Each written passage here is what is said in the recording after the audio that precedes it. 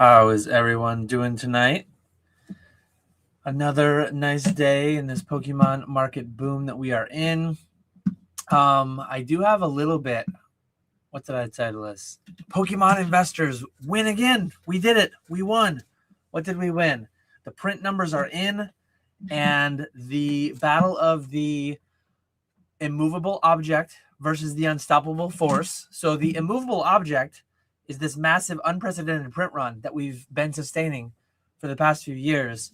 But the unstoppable force is the just unprecedented demand from the live streamers, from the rip and shippers, from everyone. Oh, I don't have the sound going into my earbud.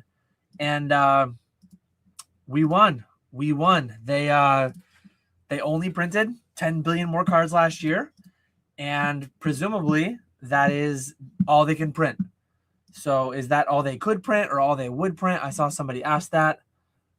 Where'd it go? They can't print enough or they won't print enough. It feels more likely that they genuinely cannot print enough. That's a reasonable presumption. I don't think it's quite an assumption at this point. I think it's a presumption. But no, I'm gonna. It's the latest hot news. Shout out to Alex Nostalgianomics. I saw it in Discord, and then like 4 minutes later, boom. I saw the video was 4 minutes old. When I'd only heard about it for 4 minutes. So all the good YouTubers out there are doing the thing. If you like this YouTube channel, like, subscribe, let me do that thing at the outset of my live stream. But yeah, I'll talk about it. Naturally, I'm gonna give the Dan thing. I'm gonna give like might go up, might go down. I'm gonna give the rational, logical, my thought process behind it. I think that there are things that you can take. And let me do a better YouTube thing too. Let me share my screen. Dan, what are we talking about? We only watch you. We don't watch anyone else. I don't know what you're talking about. I don't know what's going on. So let's zoom in so you can see it better. Pokemon TCG printed 10 billion cards in 2025 as overwhelming demand outpaced production capacity. Shout out to PokeBeach. There's a ton of websites that have this. There's a ton of other YouTubers that have it. But the Pokemon Company released its latest figures report, revealing 10 billion cards were printed worldwide from March 2025 to 2026. Third year in a row where it's been around 10 billion cards. So yeah, I think at this point it's fairly safe to say that like it's literally all they can be printing. They announced back in December that they're going to be opening a massive 1.27 million square foot printing factory. So they acquired Excel Brands, all this other news that we've gone over the past several weeks, several months. But yeah, Pokemon printed 43 billion cards between October 96 and March 2022. In the 4 years since then, it's already printed an additional 42 billion cards. So essentially in the past 4 years, they've printed half of the cards they've ever printed, matching what they printed in the first 26 years. So yes, we are booming by all metrics. I don't think I need to share that any further. I don't think there's anything too much more significant to add there. But with that, is it bullish? Is it bearish? YouTuber man, please tell me, will my stonks go up or will my stonks go down? What does this mean? What does this mean? To me, what this means is I think depending on where you sit and what product you sit on, I think it is more or less bullish or bearish. Sword and Shield there. And let me give you a frame of reference for the 12 years that I've been in the hobby. So I got back in 2024. That's when I registered my E4 account. Maybe it was 2024. I sound like the average participant in the hobby right now. 2014 is when I got back in. I got back in 2014, not less than 2 years ago. As the average viewer of this, as the average Pokemon investor today has gotten in the past 24 months. But I got back in 12 years ago, 2014. Maybe it was 2013, but I registered my E4 account is what I go by in 2014. I guess I could look at my eBay records and I could maybe get it a little bit more accurately. But anyways, back in then, the XY era, XY Phantom Forces was the newest set. And for the 12 years that I've been in the hobby, and I'm going to say this, but like I used to be on that side, and to some extent, I still am on that side. Like more people are investing than ever. Be cautious. There could be times where things go down. because like more is being printed than ever, more people are investing than ever. That's pretty much always been true in the 12 years that I've been in the hobby. Couple ups and downs, couple like times that it hasn't been as drastic, but in the XY era, you'd look back and you'd say like, no, the print run these days is significantly higher than it was those days. So yeah, let me actually go back. Let me share this. There is more good stuff. I scrolled down here. So I got back in 2014. In 2014 to 2016, 7.5 billion cards had been printed. Yeah, 7.5 billion cards had been printed in that 3-year window. So that's approximately 2.5 billion cards a year, right? And you looked back, there was a 6-year window where 14 billion cards were printed. So you had a little over 2 billion cards a year, then you had 2.5 billion cards a year. Well, in when did it really start to go up? I guess March of 2021. March of 2021 is when it really started going up drastically.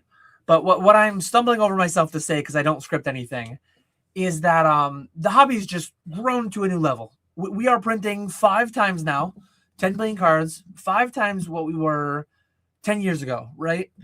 In this past 10-year stretch, the hobby's grown 5 times in just sheer print run of the cards. And look at PSA, look at a lot of the other underlying things, grown a lot more than 5 times by many other metrics.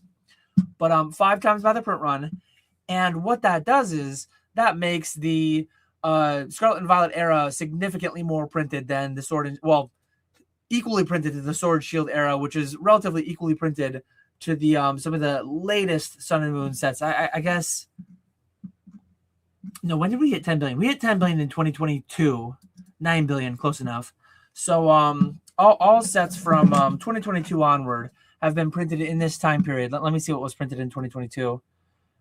In 2022, we had Brilliant Stars. So late Sword Shield. So late Sword Shield, all of Scarlet Violet, all of Mega Evolution have been printed in this time where it's been 10 billion cards. And clearly by many metrics. Early SV, you had boxes available sub $100. You had enough product to meet demand for the time. Boxes were widely available, not only under MSRP, but under $100, if not under wholesale cost, as they had been for much of the initial 25 years of the hobby. But in this prior window, your black and whites and your XYs and your Sun and Moons, those were printed significantly less. So it's like Scarlet Violet will never be investable because it's being printed 5 times more than those older eras. And that's what a lot of people were saying in the XY era. And to be fair, like there wasn't that big of a growth. I got back in 2014, which was Phantom Forces. So it would have been like 2013 would have been XY base, Flash Fighter, Furious Fist into Phantom Forces. So there was a several year period where the baseline was 2 to 3 billion cards a year. And only recently did it drastically go up. Well, an additional 1.27 million square feet that Pokemon has invested into moving ahead. Presumably, that's going to, is that going to bring us up to 20 billion cards a year, 25 billion cards a year, 30 billion cards a year? Is that only going to bring us up to 12 billion, 15 billion cards a year? That remains to be seen. But one thing that we can be pretty confident in is that there's going to be like a new bar, a new level set. Will it be 2026? Will it be 2027, 2028? Again, a lot of unknowns, a lot of uncertainty around all this. But at some point, number will go up. When you're talking about pops, when you're talking about sealed product prices, number go up all the time. This number go up someday, but we don't know when. And I think that's bullish.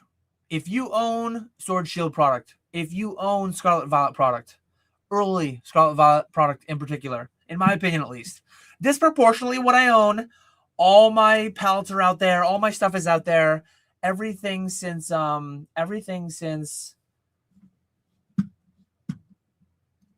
wait, you guys can't. Okay. I saw Timmy McGee saying, boom that country music again. I'm like, oh no, you guys can't hear my music, can you? It's actually not country music this time. But anyways, let me continue on. So I'm always going to be the guy to give you the disclaimer. I'm not pumping my bags. I'm no Rudy either. I don't have $27 million or whatever his recent title had in his video. I don't have that much Scarlet and Violet era product. But look at my recent videos. I have, between me and my dad, on the pallets, we have several $100,000 of Pokemon cards, primarily from Sword Shield, Scarlet, and Violet. There's a little bit of Mega Evolution, 4 cases from each set on there. But off the pallets, I have significantly more. I have a lot of product that's not on the pallets that's also integrated in the business and the rip and ships and all different kinds of cases, all different kinds of loose packs. But I feel more bullish. I feel more bullish on that because I think the hobby is being taken up to this new level. Now, what the side that I think personally, and people are gonna push back, Dan, you're dumb, you're wrong. It's funny, I just got some of those comments earlier. This guy was wrong about Destined Rivals. They commented on my video from a year ago where I said Destined Rivals will go under MSRP, which I thought to be the case. And the title was, it's the YouTube thing, a little bit clickbaity, little bit forceful, a little bit declarative. But the video certainly would have said, like, I think I would have put a percentage on it. And in hindsight, like, I was wrong about Destined Rivals, at least till now, having come widely available under MSRP. I'm very likely at this point, my percentages have flipped. I gave there over a 90% chance of Destined Rivals going under MSRP. I think there's less than a 90% chance now. Sorry, I think there's less than a 10% chance now. I think the odds have inverted. That's not me flip-flopping. That's me having lived another year, having seen what's happened over the past year. And I just think at some point that they're really going to have to abandon the late Scarlet and Violet. I think they're going to have to abandon maybe some of the early not Phantasmal Flames, but maybe Phantasmal Flames, early Mega Evolution set. I don't know when, I don't know exactly how, but I am still extremely confident that sets will again be widely available on MSRP. But do I think, as I said a year ago, do I think that every set, as had been true for the prior 29 years, do I think that every set will be widely available under MSRP? I do not think that to be the case anymore. It's funny because, like, I said it a year ago, and 6 months ago I was still holding on, but nobody asked me, Dan, you said that there's a 90-something% chance that you think Destined Rivals is going to go under MSRP. People are so dumb. People are so dumb. I'm going to do it. I'm lashing out because I was wrong, and I'm so emotional. I'm so angry, and I'm so upset. But people are so dumb that I said a year ago that I think there's a 90% chance that Destined Rivals goes under MSRP, widely available. Not the boxes, not the ETBs, not the 3-pack blisters, not the sleeve boosters. I never said any specific SKU aside from the loose booster pack. That's all I ever said it about. It still could happen, but I'm not giving it a strong chance of happening in this market. But yeah, like people remember that I said that a year ago, and they think like I still think that there's a 90% chance that that's going to happen. No, like new information has come in, new market data. The box is doubled. The box is only doubled, tripled, whatever it's done. Nothing like what 151 did at the time. Nothing like what $3, $4 Crown Zenith packs did at the time in similar time windows.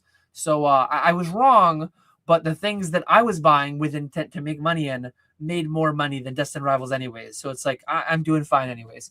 But that's the thing that kills me. I could go on all the anecdotes, all the Charizard UPC. People were all over it. People were doing all crazy things with it. Alex talked about it. I talked about it. Passing on it, selling it into the market at $250. All these different things, and then went down under 100. I started buying them. Like when something changes, you can change your opinion on it because the underlying ideas, the underlying situation has changed.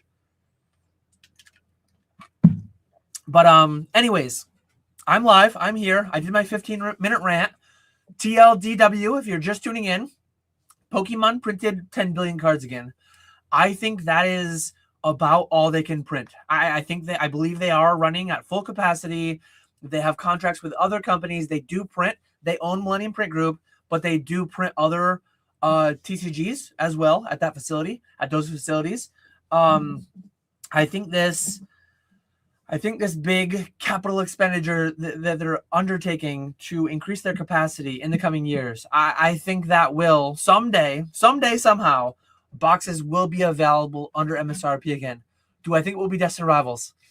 Leaning strongly no. Do I think it will be Prismatic Evolutions? Leaning strongly no at this point. Do I think it will be Ascended? I'm not going to give it a 90% chance, but I'm going to give Ascended going under MSRP someday, even though I think it's a better set in many ways.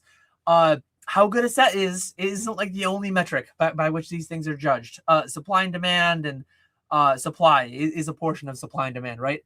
People think that only demand matters, but I don't know how long they'll print Ascended Heroes. I know how long, and I was there when they were printing XY Evolutions for the 4th consecutive year. And the box was being hammered not under MSRP, under wholesale pricing years after release. So I've been there, I've seen, and I know what they could do. And well, Dan, you've seen too much in your price memory, and to some extent, maybe that may be fair. But you know what? I'm not letting it hold me back, because I have more money in Pokemon than I've ever had. My buckets, all that stuff. I've got to flash them when I point up at them. Let me find my OBS. It's buried here. So my buckets do exist, and they get filled first. The 401ks and the IRAs. But once that stuff is filled, and they only hold like 80 grand a year. 80 grand a year, like we're booming. I'm doing a lot better than that. So the vast majority of money that I'm putting into things in a year are going into Pokemon. And I know my upside. Well, I might underestimate my upside, but I'll never be accused of underestimating my downside. Back when Vivid Voltage was $250 a box, I knew that the box could reasonably go down to 100 or below 100. Had I said that, and I did say that 5 years ago, when I said that, and I was on YouTube a little late for that like time period. I wish I got into YouTube in 2019, 2020, got to experience that whole thing. But I would have said, to $300 Vivid Voltage, I would have said that this could go under 100 again someday. This could go under MSRP again someday. And people, Dan, you're dumb, you're wrong, it can't, guaranteed. It just can't. Sealed only goes up. And it's like, well, that time I would have been and was right. There are Poke Flips where Nick and I talked about dumping our whole thing. We talked about the dummies guaranteeing it can go down. But all that stuff gets forgotten. For this short time period now, I just I put myself in the spot. I have to. Yep, I'm a dummy. I said Destined could go under MSRP, and it didn't. So obviously, because it didn't, it never could have, right? Like the roulette wheel could have hit red, but it hit black, so like it couldn't have hit red. You flipped the coin, and it landed on heads. So, like, yes, theoretically, a coin could land on tails. But, like, that time you flipped it, it did land on heads. So, it could not have landed on tails that one time you flipped heads. But, like, that's the way that people think. And that's just very flawed and very dangerous. And not understanding, appreciating, respecting the potential downside risks and all this stuff is just very, very bad. Very, very bad news. And I'm not going to be caught doing it. So, I'm bullish. I am short on plastic, long on cardboard, as I always say, but I am that in a reasonable fashion, and knowing my downside and planning for it. That's where I'm at. Do I have anything else? Yeah, YouTube is going to be filled with all the overconfident overreactions to everything. And I'm glad I looked over at my notes here, because I talked about this in office hours earlier. Shout out to the Pokenomics Patreon. Link in the description. If you want to join and you want to hear from me and Jake, deep dives this Sunday, actually. I'm going to be deep diving. I don't know what yet. Something. I need to do that like tomorrow. I need to do that very soon. But I'm going to make a presentation, and I'm going to give a deep dive presentation on something in the hobby. Let me know in the comments or in the live chat what you want me to give a deep dive on if you're in the Patreon. But and then every week we have office hours too. Jake is doing his office hours. I think he does Tuesday evenings, and I do Thursday mornings normally. I'm not doing tomorrow morning though, because I did this morning. But anyways, it came up this morning in office hours. One thing that's scary, I've done this rant a million times, and I will do it a million more. We have supercomputers in our pockets, and we live in a world where I wouldn't call myself like a big Redditor. I browse Reddit a few times a week at least, most days, but not every day. I don't really post at all. I just lurk. And I was reading Reddit the other day, I think last night, and there was a guy posting on there about like him and his friend were disagreeing on a song lyric. So, wait, we have supercomputers in our pockets. and they went in and they searched their supercomputers to see who was right. Why not? We live in that time where we can do that. Well, the one guy, and let me know in the live chat too. How would you Google to verify the lyrics of a song? Right now, I'm listening to Pandora, Taylor Swift radio, and it's playing Halsey, Could Have Been Me. So like this is played on my Kids Bop that I listen to with my kids a lot in the car. It's from the Sing 2 soundtrack, so that's why it's on Kids Bop a lot, the Kids Bop radio. But if I was listening to this song and I misheard something, it's like I would Google Could Have Been Me song lyrics Halsey. And then I would go and I would find like a couple sites. I would try to find a couple. I would try to find like the most legitimate sounding one. And then I would like look at the lyrics. I would scroll to the part of the song that I was at and I would find the lyrics. And it's like, okay, it's right or it's wrong. And if it was, I will give this. If it was the thing that I thought it was, I would probably stop at one source and I would say, I was right. Here it is. Here's the proof. Having Googled Halsey, Could Have Been Me, lyrics. And then here's the proof that I'm right.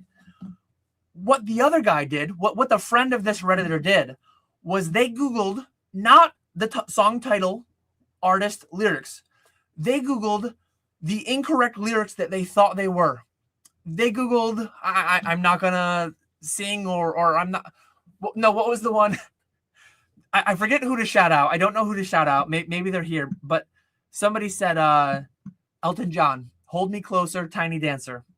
Most people know that line. Most people know that song. Hold Me Closer, Tony Danza. I feel like that's probably a meme that people have heard. I feel like people probably heard those misspoke lyrics. But this person, instead of Googling Elton John lyrics, they Googled Hold Me Closer, Tony Danza. They found their proof.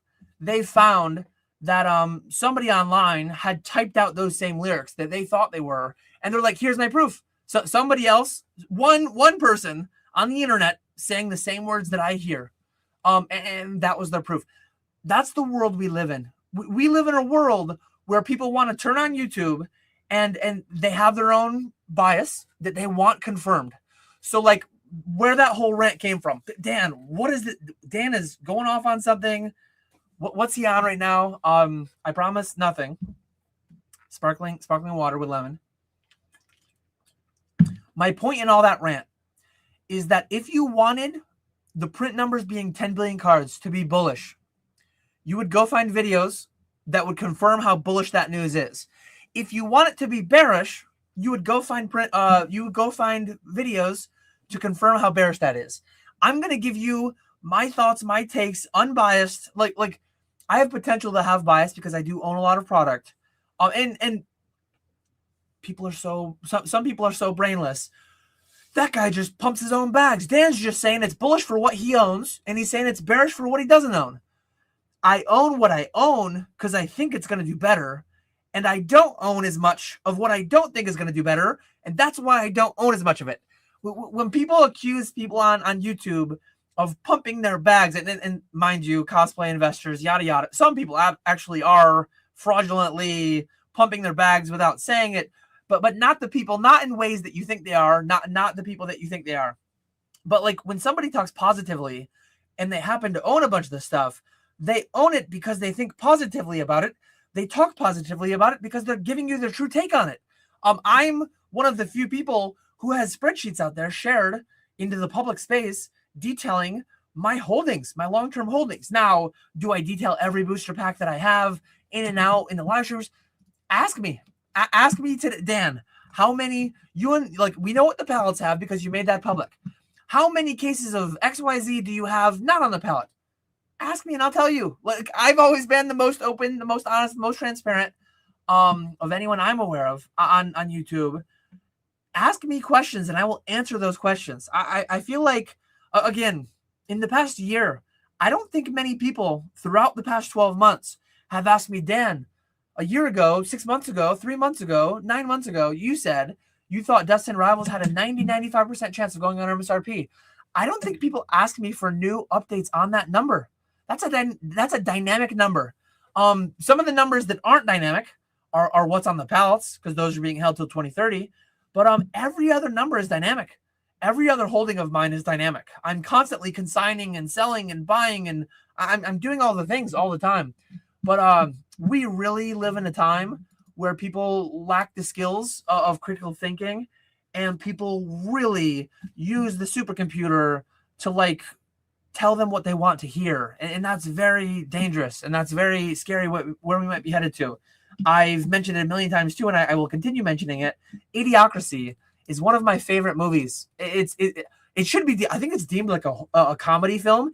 It should be deemed like a horror film, because that is where we are headed. We are well underway. Like it's not a matter of like a distant future. It's just a matter of how far down that road have we gone. Like we are already down the path towards Idiocracy. Great watch, must watch. Please, if you've not watched Idiocracy, pause this. I don't know if it's on Netflix or wherever. Go find it at your favorite streaming place. Go watch it, and then I'll still be here. Put me on 2X, and maybe I'll still be live. But that's a must watch in today's world, in my opinion. Scary, also funny, also scary, also very interesting. But with that, I think that's everything I have. I think it's bullish, generally speaking, on the things that I own. I have some underlying thesis. I've had some underlying thesis since I started the whole pallet endeavor. I'm long on cardboard. I think the hobby's amazing. It's something that multi-generational, unlike many other IPs, unlike many other things like sports. You've got your athletes, and they 20 years later they retire. If they're like a legend, they go for 20 years. If they're a normal professional athlete, they'll go for 3 to 5 years, and then they'll be on and they'll be forgotten. It's crazy what Pokemon is, and I'm very bullish on the long term. But short term, a year-old box being $700, 3-month-old ETB, 4-month-old ETB being $180, while like that to me is heading down a very unsustainable path.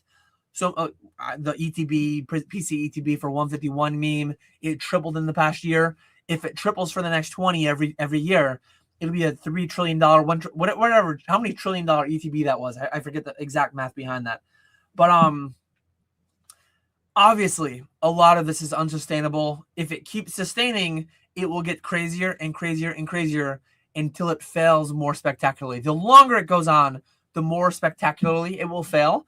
One demonstration of that is Vivid Voltage booster boxes were $300, and for 4 years they were sub 100 after they crashed. I don't think the numbers will be identical. I don't think the numbers will be the same. But if we continue down this path for another 6 months, year, 2 years, 3 years, and all that print capacity comes on, maybe it won't be that print capacity. Maybe it'll take 10 years. Maybe we'll need another 3 million square feet of print capacity put on. But someday, it only makes sense if a box is guaranteed to be $2,500 3 years later. You should pay $1,500, $1,800, $2,000 for it day one, because it's guaranteed, because that's the worst case scenario.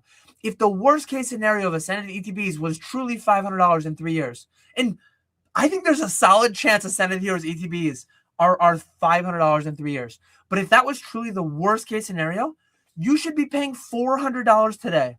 Those are obscene returns at scale. But truly, most people who hold those beliefs are operating at a scale of a couple ETBs in their closet, of a couple ETBs under their bed. It's very dangerous. It's not sustainable. People will be hurt as they were 5 years ago. But at the end of the day, everyone's adults and do what you want to do as an adult. I need to go find this comment. I reply to every comment on my YouTube channel. Let me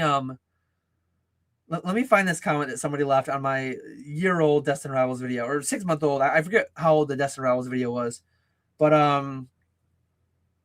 I feel so sad for anyone that listened to you, waited, and missed out on affordable Destined Rivals. You said you would admit you were wrong. Now is the time. So, like, was I wrong that individual packs of Destined Rivals would go sub MSRP? Yes. Do they still have a chance to go sub MSRP? Individual packs. Very unlikely, in my opinion, at this point. Exceedingly unlikely. but they still can. Absolutely. They could print it for 3 more years if they wanted to. Do I think they will? No. Am I going to guarantee that they won't? No. But the underlying thing of this entire channel is I'm just a guy. I'm one guy on YouTube who's putting his whole journey out there, and like, please don't copy me. Use your brain. Think for yourselves. This this victim here that made themselves a victim to me, the boogeyman, who said that I'm not buying Destined Rivals for XYZ reasons. And you know what I said? I'm buying this instead. I'm buying that instead. And you know what this and that were? Most of this and that outperformed Destined Rivals. Most of this and that outperformed Destined Rivals. Am I always going to pick every winner? Am I always going to pick no and know what's going to be the losers? Absolutely not. I never claimed to. I never claimed that I know anything. And the scary thing is, the that individual there, if they were in it 5 years ago, which I'm not going to guarantee, but I have a strong thought that they weren't here 5 years ago. If they were here 5 years ago, those dumbasses would have guaranteed that Vivid Voltage wouldn't have ever gone below $200 a booster box. And it went under 100. MSRP was not the bar then. MSRP was not the metric. And be mindful of this too.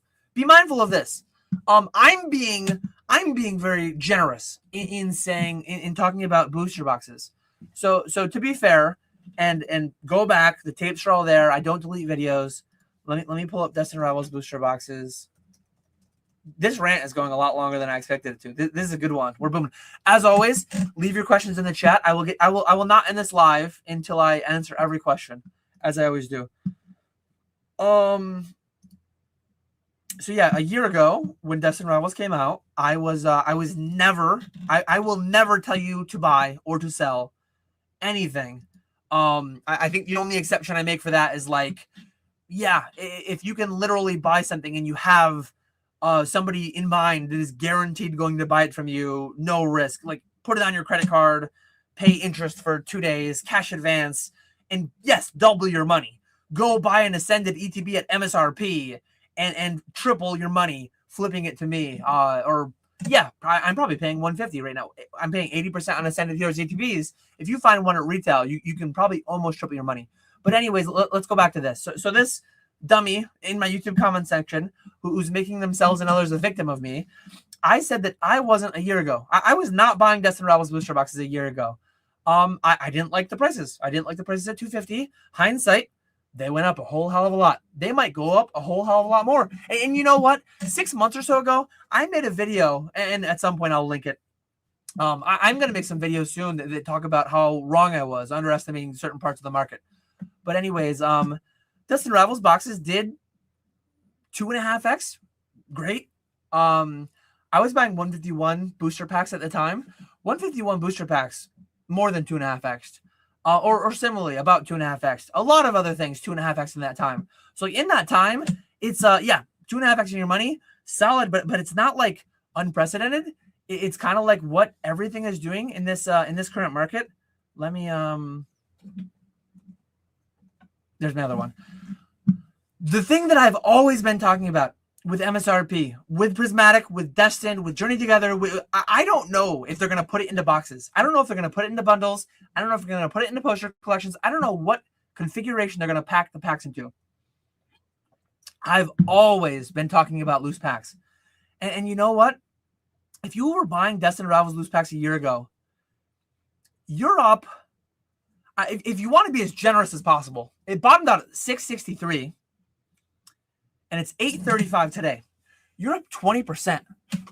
Not even 20%. You are not even up 20% if you were investing in the thing that I said I think is not good. And similarly, a year ago, I said I'm not generally buying Prismatic Evolutions booster packs because I think they're going to get cheaper. Did they get significantly cheaper? No. But did they go up relative to anything else in the hobby? I mean, the box is 2.5x. 151 more than 3x in that time. A lot of the sealed products. The 151 UPC and ETB and PC ETB, I believe, all more than 3x. So important distinction. I never tell people what to buy or sell. So if you try to make yourself a victim of me, you're just going to make a clown of yourself because I don't play that game here. There's a lot of other channels out there that will tell you buy this, buy that. This is undervalued. This is going to go up. This is going to go down. I'm going to tell you why I think something might go up, why I think it might go down, why I'm buying it, why I'm selling it. But I am never going to tell you to buy or sell any specific items. That's not what this channel is. That's never what this channel will be. It never has been either. So yeah, just want to make that explicitly clear. If you try to make yourself a victim of this channel, that's just like, be an adult and take personal responsibility. You're not going to get very far in life if you say, Mr. YouTube man told me not to buy something, so he hurt me. He hurt my bank account because he told me not to buy it. No, dummy. I told you I wasn't buying it for XYZ reason. Let me hurt my own bank account. Sure, go, Dan, look, he's dumb. He didn't buy this. It went up. I bought it, and he didn't buy it, and it went up, and I turned my $200 into $500. And that dummy, he only turned his very large number into a very much larger number. It's always disproportionate. There's like a negative correlation between how much people worry and talk and think about this stuff. It's inversely proportional to their actual holdings. Not with an R squared of 1, but with a reasonably high R squared. I just died in RuneScape, so I need to go back to Krill, because we are still pursuing pets in leagues right now. My prayer doesn't fully sustain here, so like I need to occasionally look back and use my flask so that I can oh man, is that a super chat? I need to go down and take the super chat if there's one. 3 tip scale, 20K to 100K, buckets filled in family man. 3 tip scale, 20K to 100K. I don't know. I don't know what this is. I don't understand the question, if it is a question. Can you very quickly elaborate on what I'm supposed to do here? But I appreciate the $1.99 super chat. 3 tips to scale. Oh, 3 tips. Okay. 3 tips to scale from 20K to 100K. Buckets filled in family man. So Hollow Hoarders is a family man with full buckets. We love to hear that. 3 tips to scale from 20K to 100K. Is that GMV? Is that like total market value of your current inventory, current holdings? With that, I think at that scale, it's the thing that I immediately go to. And again, this is me talking out loud how I would do it. This is not me advising you how to do it specifically. This is me saying the way that I would think about it. But I personally, I would not invest my way from 20K to 100K. There are things in the next 10 years that will probably 5x in Pokemon. Hell, there might be things today that will 5x within the next 12 months in Pokemon. But I would not invest my way from 20K to 100K. I would flip my way from 20K to 100K. And I wouldn't do anything super crazy, anything super like sexy. I would buy lower and sell higher. I would buy at wholesale and sell at retail. That is my entire business. That is my entire business. The pallets are like this little side adventure that I go on. But whether that's vending and buying people out for 70 to 90% and then selling from 95 to 105, 110%, whether that's running a rip and ship and doing the same. But fundamentally, like it's just buying low and selling high. That's what all of it is. You can definitely, I don't know if that's, I don't know if that's like, you don't believe that could be done. There are people that will turn 20K today into 100K, not only in a year, but like before the end of the year. You absolutely could go hustle 20K to 100K between now and the end of the year. I guarantee that. There are people doing that every single day. So I don't know if that's like a disbelief thing or what, but like we are booming and people don't appreciate the extent to which we're booming. You can definitely make 6 figures vending. Okay. I didn't know if that was like a sarcastic thing or what, but like, yeah, I mean, grading is tougher. Grading is tougher with PSA, especially because the turnaround times are so crazy. But like, I've always done some blend of grading and selling raw, buying collections, consigning some amount of stuff. At this point now, I offer consignments. I've scaled into a lot of other things, running the live stream operations. But yeah, it's There's a lot to be done out there, but flipping, grinding, as opposed to just like investing. That would be my advice. 3 tips being: look into vending, look into buying collections, buying lots on Craigslist, OfferUp, whatever the fancy apps are we have these days, Facebook Marketplace. And then the third one I would say, I don't want to use it to pump my own service, but the CGC Fanatics is there. That's a great service that a lot of people are making a lot of money with. $8.50 a card, graded in about a month through CGC. But yeah, there's so many opportunities out there in today's market. Streaming, vending, and then just buying locally. And it all depends on your local scene. So much of it depends on your local scene. I'm going to go through, forgive me, Father, for I've paid sales tax on my Pokemon. Unforgivable. I'm going to go through, I'm going to star questions, and I'm going to take them in order. If you want to skip the line, as the Hollow Hoarder did, super chats, we'll skip the line. Did pallet 1 and 2 triple or only double after today's news? I haven't looked at the updated sheets.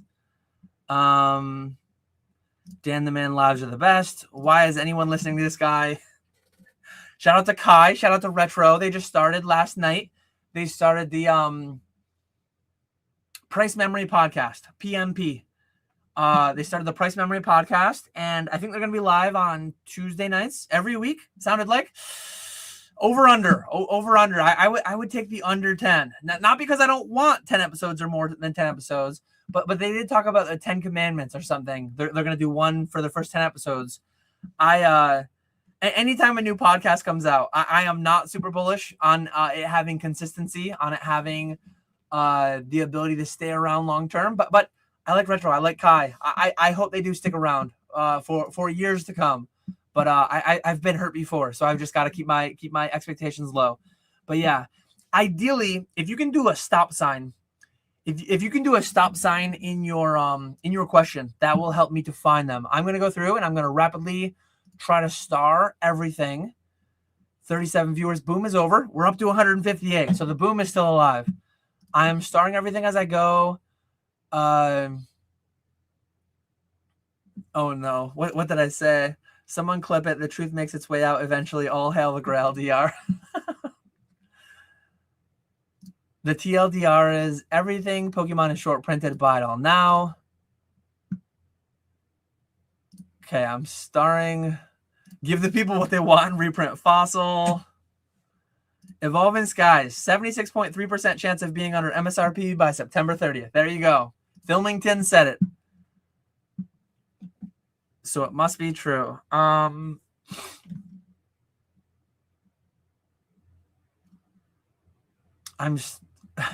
Tony Danza.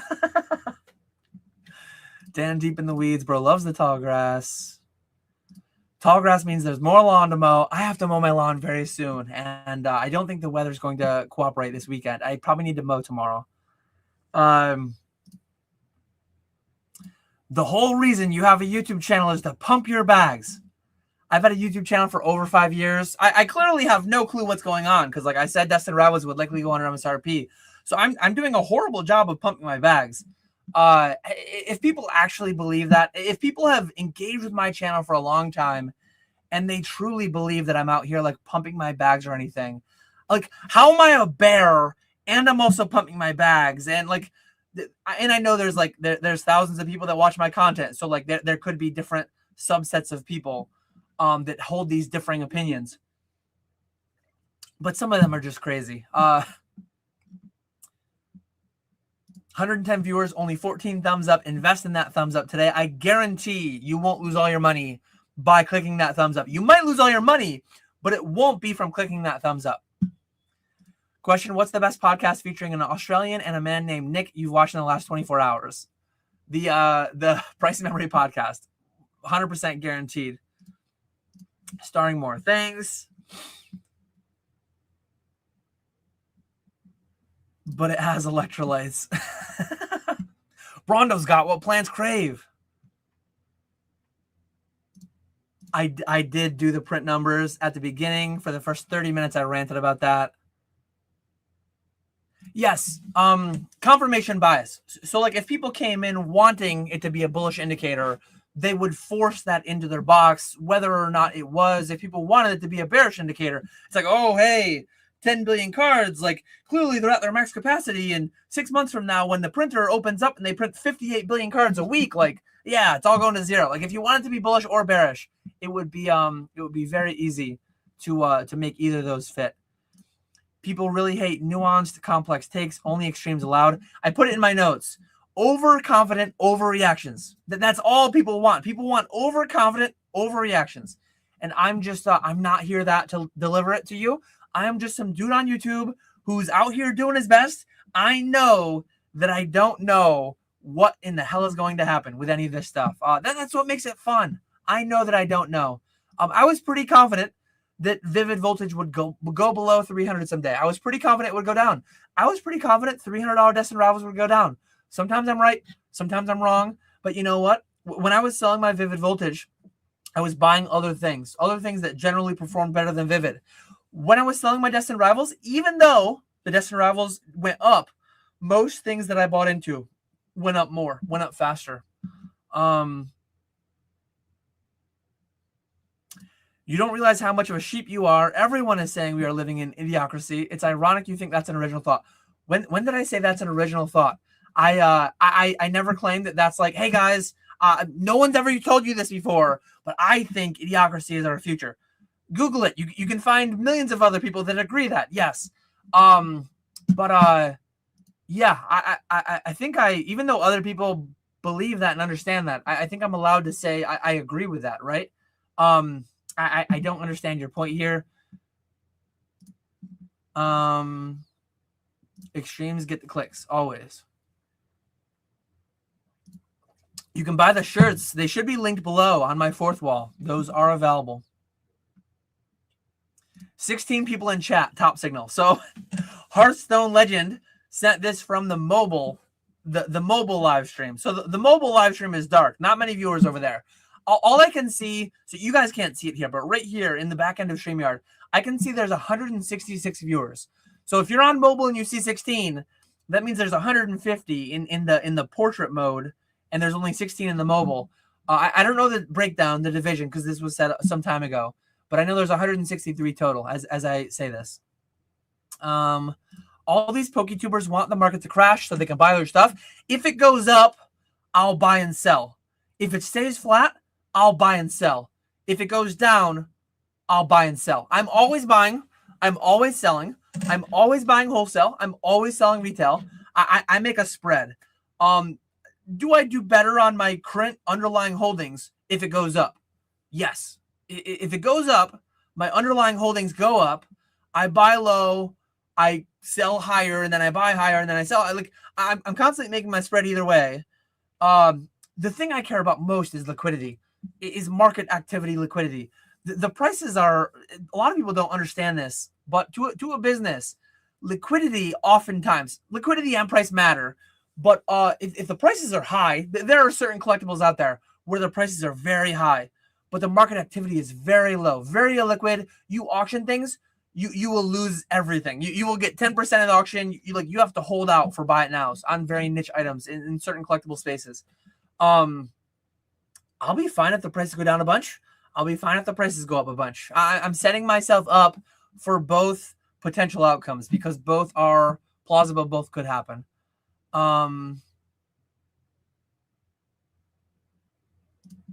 Let's see, continuing on. You reply to every YouTube comment. No wonder you have PTSD. So I read them all. I'm a small enough nano influencer that I can still read them all. I heart a lot of them. I just heart them. But I do reply to those needing reply.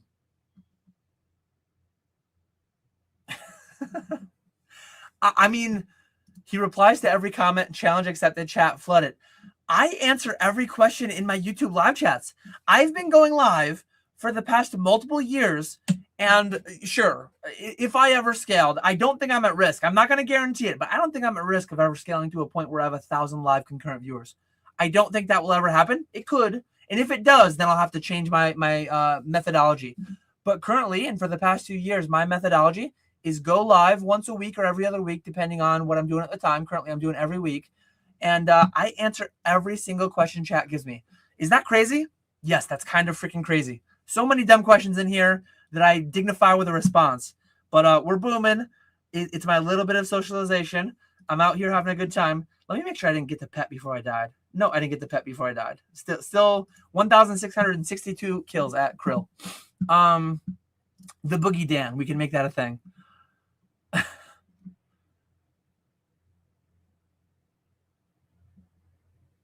Oh, I just went to my most recent comments. I knew that it was recently posted. Yeah, people are very like hyper focused on the one thing they care about. Most people leaving those comments about Destined Rivals booster boxes on my thing from a video a year ago that still haven't let go. Most of them have like 5 boxes or less of Destined Rivals, and they have almost nothing of anything else. And this isn't just rich guy pick on poor guy. This is like you will remain poor and making poor choices if you stick this victimhood, stick with this victim mentality, and if you invest with $1,000 or less, and you think that's gonna grow you into a millionaire, investing $1,000 or less or something. It's crazy and it's scary what some people out here are doing. Keep cooking, Dan. LOL.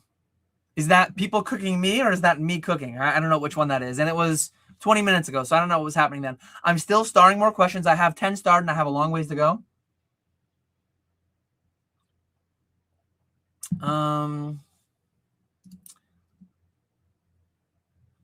Dan, first time chatter. We're booming so hard now. Yes, we are.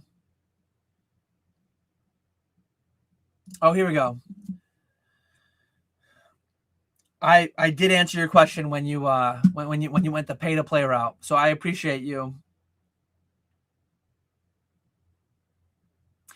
MSRP is such a bad metric too, because not only has every set prior to Surging Sparks been available under MSRP, they've also all been available under $100. Look, we're not talking MSRP, we're talking 65% of MSRP.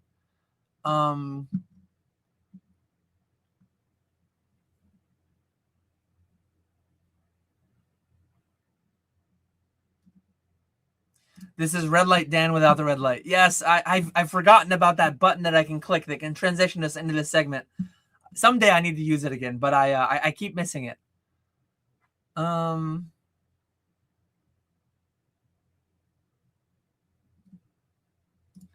starting more questions. Half the investors in the space have the financial literacy of a 9th grader. Yeah, I mean, yes, that is true. Have most non-investors outside of the space as well. Like financial literacy is just very, very bad in general.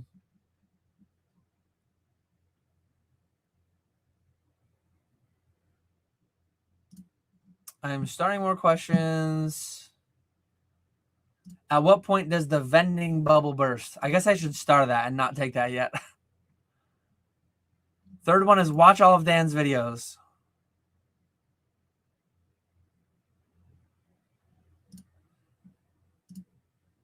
I'll take that. I'm gonna take these in order.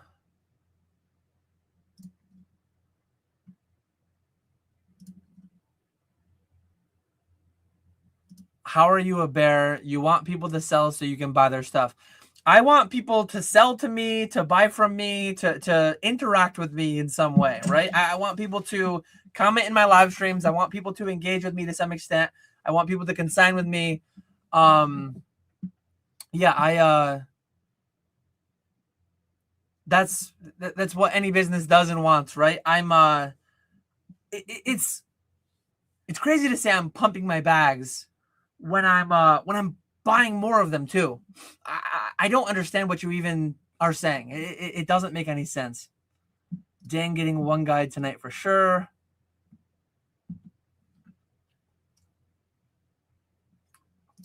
I said that I think that Destined Rivals and Prismatic loose packs would go some MSRP at some point in the future. Correct. I said that with 90+% confidence. I said that I think they would go under MSRP, and thus far I've been wrong. I think that there's greater than a 90% chance now. And from the day that I said 90+%, every week that passed, the percentage would have went down. Nobody asked me. Very infrequently did anybody ask me, but at some point it flipped. I don't know exactly when. I wasn't really put on the spot and asked it again, but at some point, 6 months ago, 3 months ago, I don't know exactly when. At some point, I would have given it a 50-50 shot. It either happens or it doesn't, right? True RuneScape odds. 1 in 5,000 Zami pet. 50-50 chance I either get it or I don't.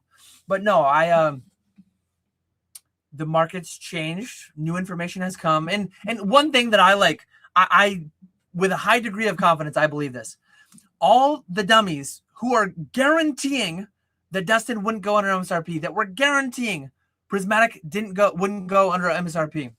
They were right in outcome, but they were not correct whatsoever. They were wholly incorrect about knowing that it couldn't go under MSRP. Again, conflating outcome with correctness of decision. People who guarantee, and I guarantee you, not every single one of them, most of the dummies, of the morons a year ago that were wrong, they guaranteed Destin wouldn't go under MSRP. It didn't, but they were still wrong. They guaranteed Prismatic wouldn't go under MSRP. They were right, but they were wrong. If you don't understand how they were right and they were wrong, I can't save you. I cannot help you. Those same people, disproportionately, most of them would have guaranteed Vivid Voltage wouldn't have gone under MSRP again 5 years ago. And it's different now, but it was different then too. You weren't there. Most of the dummies guaranteeing that weren't there. Some of the same dummies are guaranteeing today, after they guaranteed 5 years ago, that Vivid wouldn't go under MSRP. But anyways, that's if you get it, you get it. If you don't, I can't help you. And if you make enough money, you can double your money enough times that, like, no matter how stupid you are, no matter how crazy you are, as long as you double your money enough times up front, you might be fine forever. And that's the funny part about life is some people that are just absolutely moronic with their money, they will have wealth beyond their wildest dreams just due to sheer luck, thinking they are geniuses. And I know there's a large portion of luck behind where I'm at right now in the space, financially, in life, all that stuff. And I'm engaging with this stuff because, like, I think it's interesting conversation. I don't want to shy away from my wrong takes that I made a year ago. I'm getting a little, like, fired up in my voice and stuff because I'm engaged. I enjoy this conversation. By no means am I raging. Am I, like, extremely mad and upset and, like, emotional? Like, I'm engaging in an interesting conversation.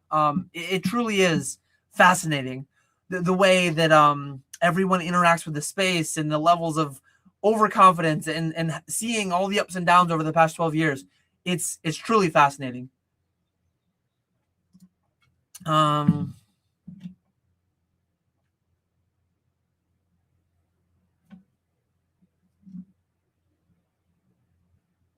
I'm sold out of 5XL and extra small shirts. That's weird because, like, I don't stock and fulfill the shirts. Fourth Wall makes them, so I don't know why they would be out of those. That's interesting. So this one I'm seeing, and this one is gonna skip the line without a super chat because we're talking steak, skirt or flank steak at grocery store, and need your expert opinion. I'm a ribeye guy. I'm always gonna say ribeye. But between skirt and flank, I'm gonna go flank steak. Two solid options though. I'm gonna unstar that one because I already took it. Holy, I didn't know you were an OSRS guy. I got creep at 31 kill count. So I'm in the past 48 hours, I got the Prince Black Dragon last night, and then 2 nights ago, I got the Scorpia Offspring, and I got the Callisto Cub. So Callisto Cub was in, like, above drop rate, and then Scorpia's Offspring was pretty close to drop rate, 2,200 maybe out of 2,800, And then I got the Bandos pet earlier this league as well. But yeah, I'm having a good time with leagues, as I always do.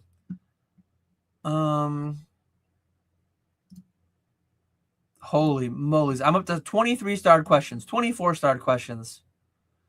Damn, Dan's got a mean left hook when punching down. I'll punch in any direction. There's not much height-wise. I'm 6'4", so like most people I'd be punching down on physically in that respect. But I don't even have 10K subs more than 5 years later. I don't think I can punch down in the YouTube space. Like I'm down in the F tier. I don't think there's a tier below me. I'm in the YouTube basement.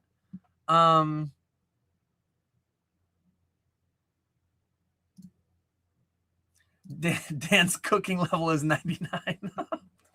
Walk me through your CGC service. Can I get the cards back or are they forced to auction? I have 120 cards, 50 to 60K in value after grading, PSA and weight or CGC. Appreciate you, Basic, for the $5 super chat. I will walk you through the service right now. I'm sorry I didn't see that sooner. I didn't notice the lawnmower go for that super chat. But anyways, so CGC, $8.50. So you send the cards to me. First, you message me. I have 120 cards. I need to give you 2 submission numbers because you need to have more than 50 or less than 100 cards, 50 to 100 cards total. So you'll need 2 submission numbers to get 120 cards in, 60, good to go. You wait to get the submission number from me. You send me quantity and tracking. You get the submission number. You send it to Fanatics down at the address below, and it gets graded. Once they're graded, it is a consignment auctioning service. They get auctioned on Fanatics. No cards back, no takesies backsies. They get auctioned. It is a selling service. It's not a middleman grading service. $8.50 a card, graded with CGC directly. It costs a lot more than $8.50. I don't even know what it costs today. It costs a whole hell of a lot more than $8.50 a card. But grading through me, today's Wednesday. On Wednesday, I list your cards, your sheet updates, and they go live Thursday. You get paid Thursday. I listed 4,000 cards, 3,000 cards maybe earlier on behalf of consigners, and some of them were sent to me 6 or 7 weeks ago. 6 or 7 weeks ago. It's always that number you just go to naturally, without intending to. But some of them were sent as recently as 3 weeks ago. Most cards are graded between 4 and 5 weeks. So for $8.50 a card, your cards are graded with CGC in 4 to 5 weeks, $8.50 a card, and then they're auctioned on Fanatics, and they're netting out up to 95% payout. Better rates than Fanatics will net you yourself directly. Fully insured, add signature, all the things. DM me, email me, and I will send you more information about that service. But like, I think it's a great service. There's tons of people that use it to the tune of thousands of cards a week. But you cannot take the cards back. You cannot bid on your own cards on Fanatics. That's not something that you can do. So yeah, that's all the details.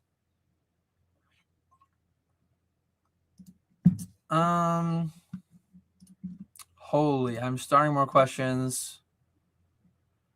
So you won't know if your question's been starred, but like if you put a stop sign in front and it has a question mark at the end, or if it's in all caps, yell at me. Yell your questions at me. I will star them. I have 30 star questions. I have 30 starred questions. And this is some feedback that I get occasionally. Dan, you're a weatherman. You never say 100%. You never say 0%. You're just doing that to give yourself plausible deniability. I'm doing that because I know that I don't know. I know that I don't know. The weatherman never should say 100%. I won't guarantee things. I won't say always. I won't say never, because you just can't know. This is a highly speculative market. The S&P 500, for all we know, and that's a multi-trillion-dollar market cap, that could drop 40% in the next 12 months. Most seasoned investors will tell you that, like, at any given time, for seemingly no reason, as humans, we always need to find a reason. We're very good about going back in 2008 bubble. Obviously, that was going to happen. Look at the charts. Look at this chart. The 2008 bubble, yes, like it was going to happen right when it did. It's so obvious because it did happen. Look at this chart and that chart and that chart. Back testing. Back testing, very, very easy. Monday morning quarterback, whatever you want to call it. 2000? Look at this chart. The Schiller PE ratio, this, that, the other thing, like all the different ninja loans, and it was obvious. It was obvious what was going to happen. Well, it happened in its history that we have documented. And so it's easy to say it was obvious. Say it in 99. Be the Michael Burry, say it in 2006 and almost go broke multiple times, betting on it too early and whatever that whole story is. I don't know how true that whole thing is anyways. But I'm not giving myself an out. I'm not trying to be cute and like, oh, dude, like I'm giving percentages because I don't know. I have no clue. The further out we go, the more confidence I tend to have. But again, I won't guarantee anything. I'm 36.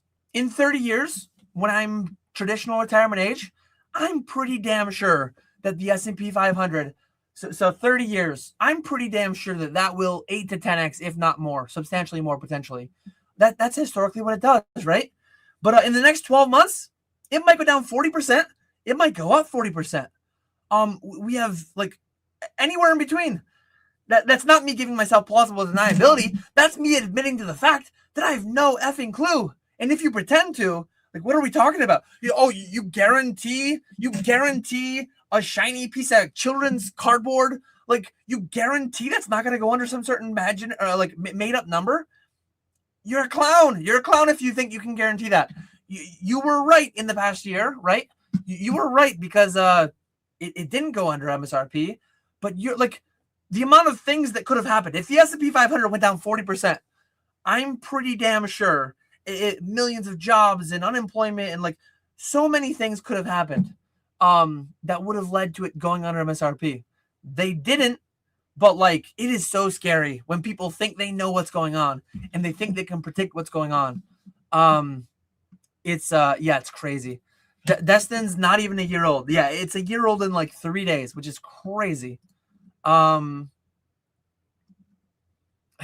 It's guaranteed to only go up now.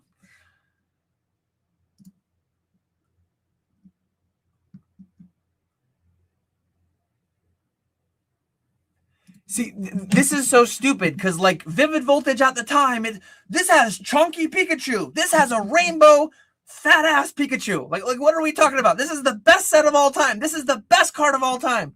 This is unprecedented artwork. 2 years from now, 3 years from now, there will be better sets than Ascended. There will be better sets than Destined Rivals. There always is. There always has been. Next set, best set. We're so easy to please. So, like, I'm extremely confident that there will always be better sets. Like, this time it's different. This time it's different. The morons who think they knew that Destined Rivals and Prismatic couldn't and wouldn't, and they guaranteed it wouldn't go under MSRP. Those same morons, maybe not all of them, most of them would have guaranteed Vivid wouldn't go under MSRP. We can't go back. We can't relive history, but like a lot of people were doing it. It was the fashionable thing to do in YouTube land 6 years ago. A lot of them were doing it. I promise. And a lot of them today, put in that world, would have done it too.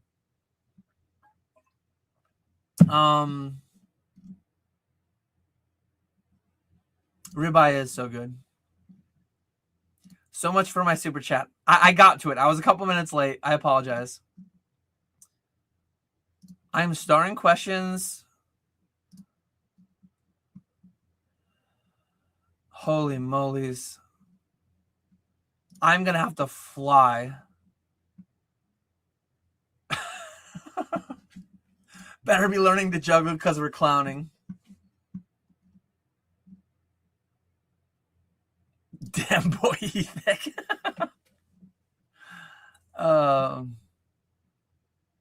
Okay.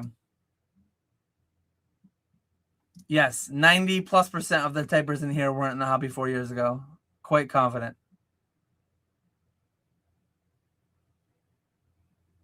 Okay.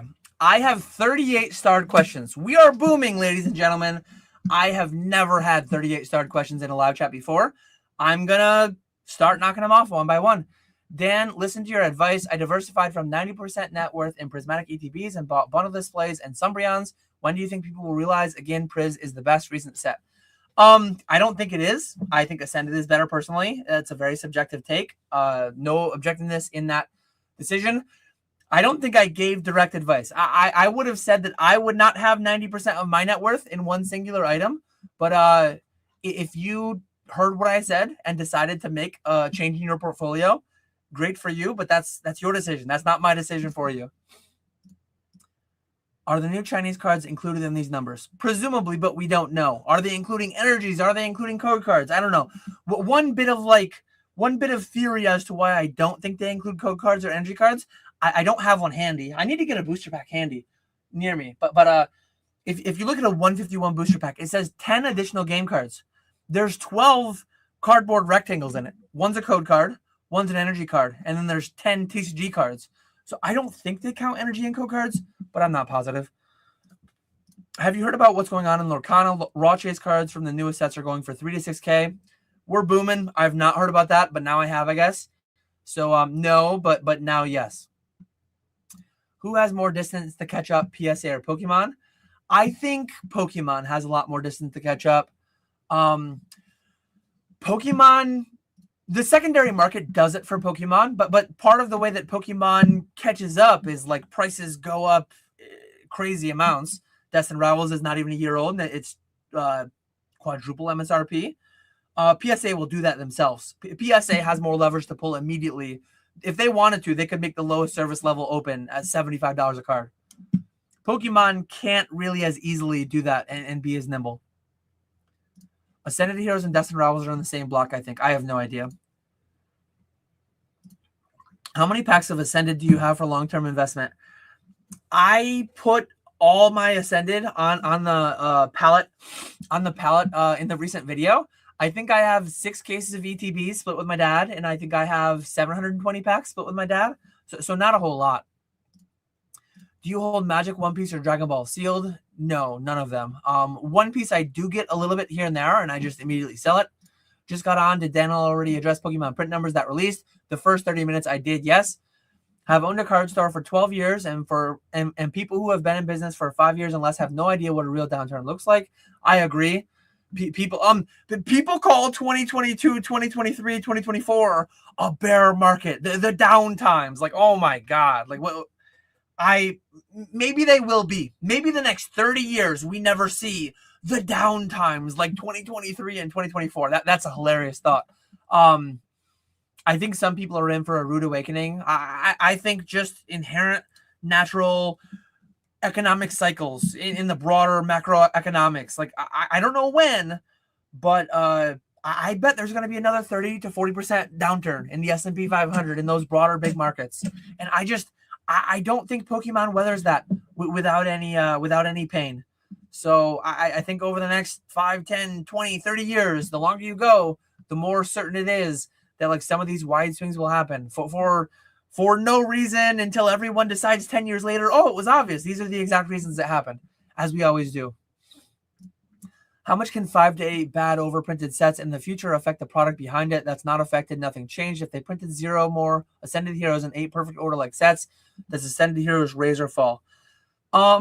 If they print 0 more Ascended Heroes and they print 8 bad sets, again, if you want to hear, if you think it'll go up, I can give you a bunch of good arguments why it will go up. It will go up because people won't want to rip the new, so they'll rip the old Ascended Heroes, the best set that was there, and fixed supply, increasing demand, like the price will have to go up. If you want to hear that it will go down, like I could make a rational argument towards it going down.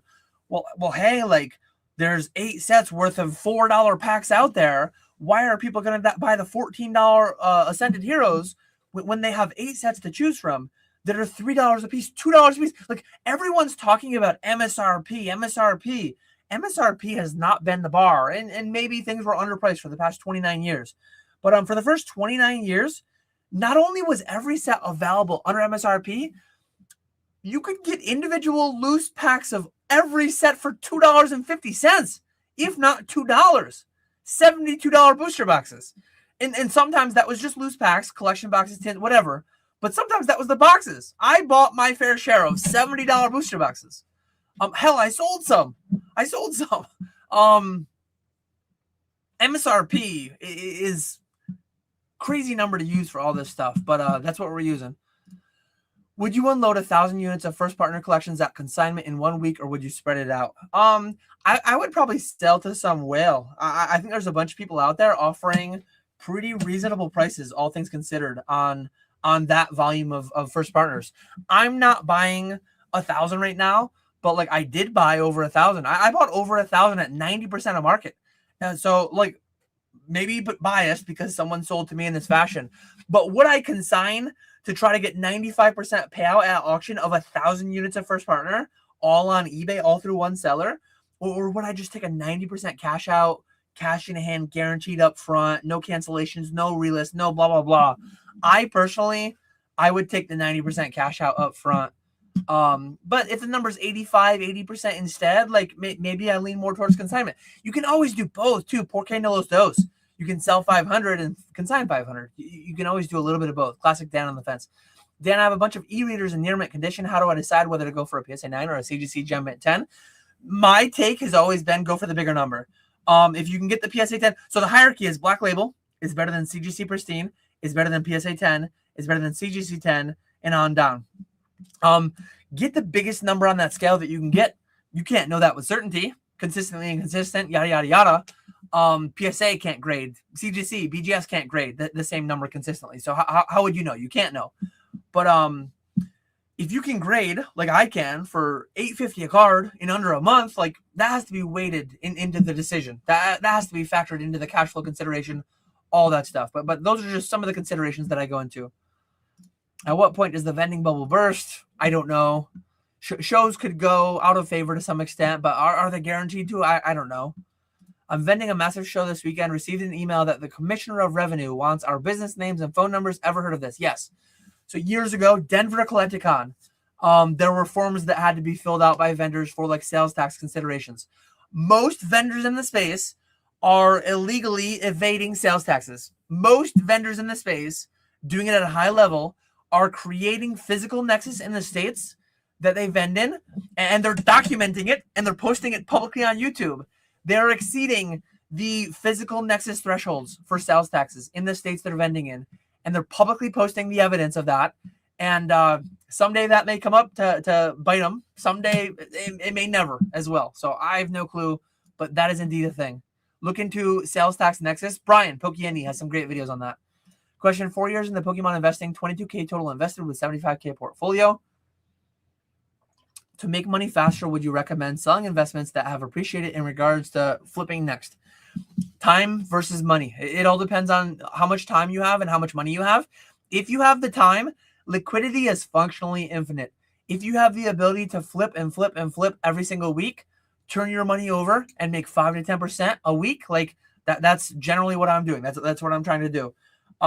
Flipping beats investing if you have the time to do it. If you don't have the time to do it, there's a good argument for just investing and staying more passive and not as active. But a lot of considerations there. And again, you can do a little bit of both. You don't have to sell it all or buy it all. People are very binary, 0-1, black, white. I have to all one or the other. Like on the fence is very cozy. You can do a little bit of both. What happened to PokeNav? He would have been so rich if he stayed, and anyone else who left after the COVID boom. I have no idea. I don't think I was ever on PokeNav's. Was I on PokeNav's channel? I can't remember. I consumed a lot of his content, but we're booming. I can't remember anything. 4 years into Pokemon investing. Okay. I did that one. Probably some of these are repeats because people are getting impatient, but I will get to all your questions if you put a stop sign on them. And even if you didn't, most of them. Throwback to $27 shiny treasure boxes. Yes. I do buy Blooming Water 151, but I would rather have it as loose packs. Yes. Print numbers are in. Dan's dad is a pillar. Dan, as my financial advisor, what move should I make next? Get an actual financial advisor, not some random guy on YouTube.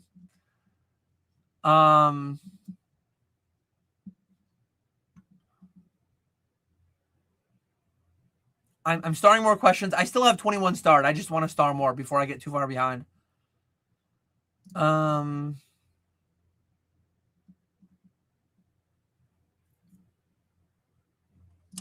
Yeah, PSA recently mentioned PSA podcast I listened to. I think they're going to be in Texas soon. They're in Florida. They're in New Jersey. They're in Japan. I think they're going to Germany soon. PSA is kind of all over.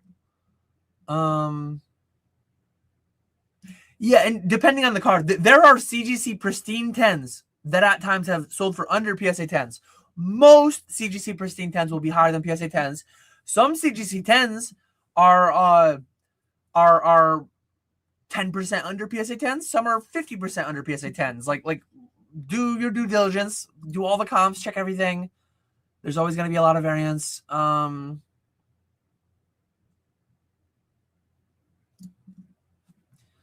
assuming, let's see. Oh, okay. I think in addition, I think they mentioned Florida and Texas as well. Gifted 10 Catch 'em All Collectibles memberships. Appreciate you, Pokey Profit, for the 10 gifted. So I am going to start answering more questions now. When will Dan start building a PC again? Would it be more modern or vintage focused? I have a PC. My PC, dollar-wise, is probably higher than it's ever been. PC being like long-term inventory. I don't have anything that I'm going to take to my grave, barring my childhood binder. So it's all long-term inventory. It always has been. But yeah, I bought a PSA 10 Burn Tower a few months ago. I bought some Pikachu trophy cards a couple of months ago. At this point, I bought I'm not gonna say everything that I bought. All the cards that I was gifted over the years. I still have my PSA 10 Half Art Mario Pikachu that was a gift to me in the 2016 E4 Secret Santa when it was a $35 card. So my PC dollar-wise is probably the most it's ever been. One of my few PC cards that I won't own it forever. Like there's a chance I could sell it at any point because it's just crazy what it's done. I don't know where it is, but the PSA 9.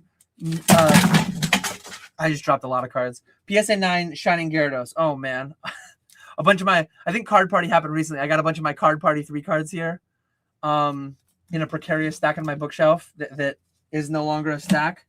I better not move my chair because I'm gonna roll over some cards. But yeah, I have a PC. It's probably dollar-wise the biggest it's ever been. What percent of, say, Lost Origin packs come from a booster box compared to, say, Twilight Masquerade or any SV set that didn't get booster box reprint? No idea. No idea whatsoever. Not even worth, like, throwing a number at it, I don't think.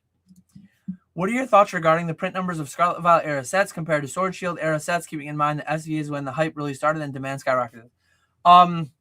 They printed 10 billion cards a year for the past 3 or 4 years each.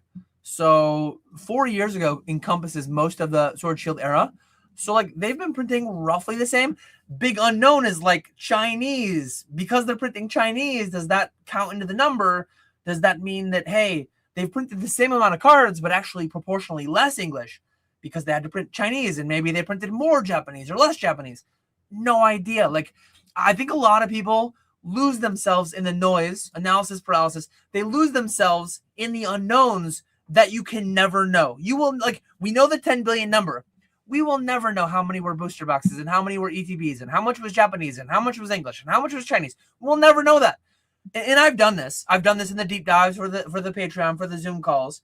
Sometimes, like, intellectually interesting. It's worth the exercise for curiosity's sake. But don't let it hold you back. Don't let it hamper your ability to make decisions in business and to engage in business, because you're just like you're stuck in this analysis paralysis over I need to know when was this reprinted and this and that, and like it doesn't. The amount of energy and effort and time that you could put into that, it will just serve you better elsewhere, in my opinion, at least. Have you felt fatigued in the hobby? If yes, how did you navigate the feeling? I will in the coming weeks. I will go back to twice monthly live streams. Right now, I'm going live every week. I'm not necessarily feeling fatigued. Again, sometimes I go red lights. Sometimes I feel like I get worked up, and I'm having a good time. I want to be here. I don't have to be here. If I didn't want to, I could cancel it. I could push it out to next week. But for the summer, like I want to just hang out more. I want to hang out more. I want to travel more. And I don't want to do weekly live streams. So I'm not going to. Years ago, I used to do 2 or 3 videos a week. Back when I had a job, somehow I did 3 videos a week for a while. Monday, Wednesday, Friday, I used to do. I do only Monday videos now.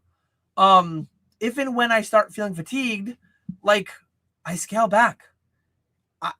I don't like when people say they burn out. why do you let yourself get there? To some extent, financially, I understand it. I feel burnt out because like I'm making so much money and like I'm making this much a week and I can't not do it. I understand from that perspective.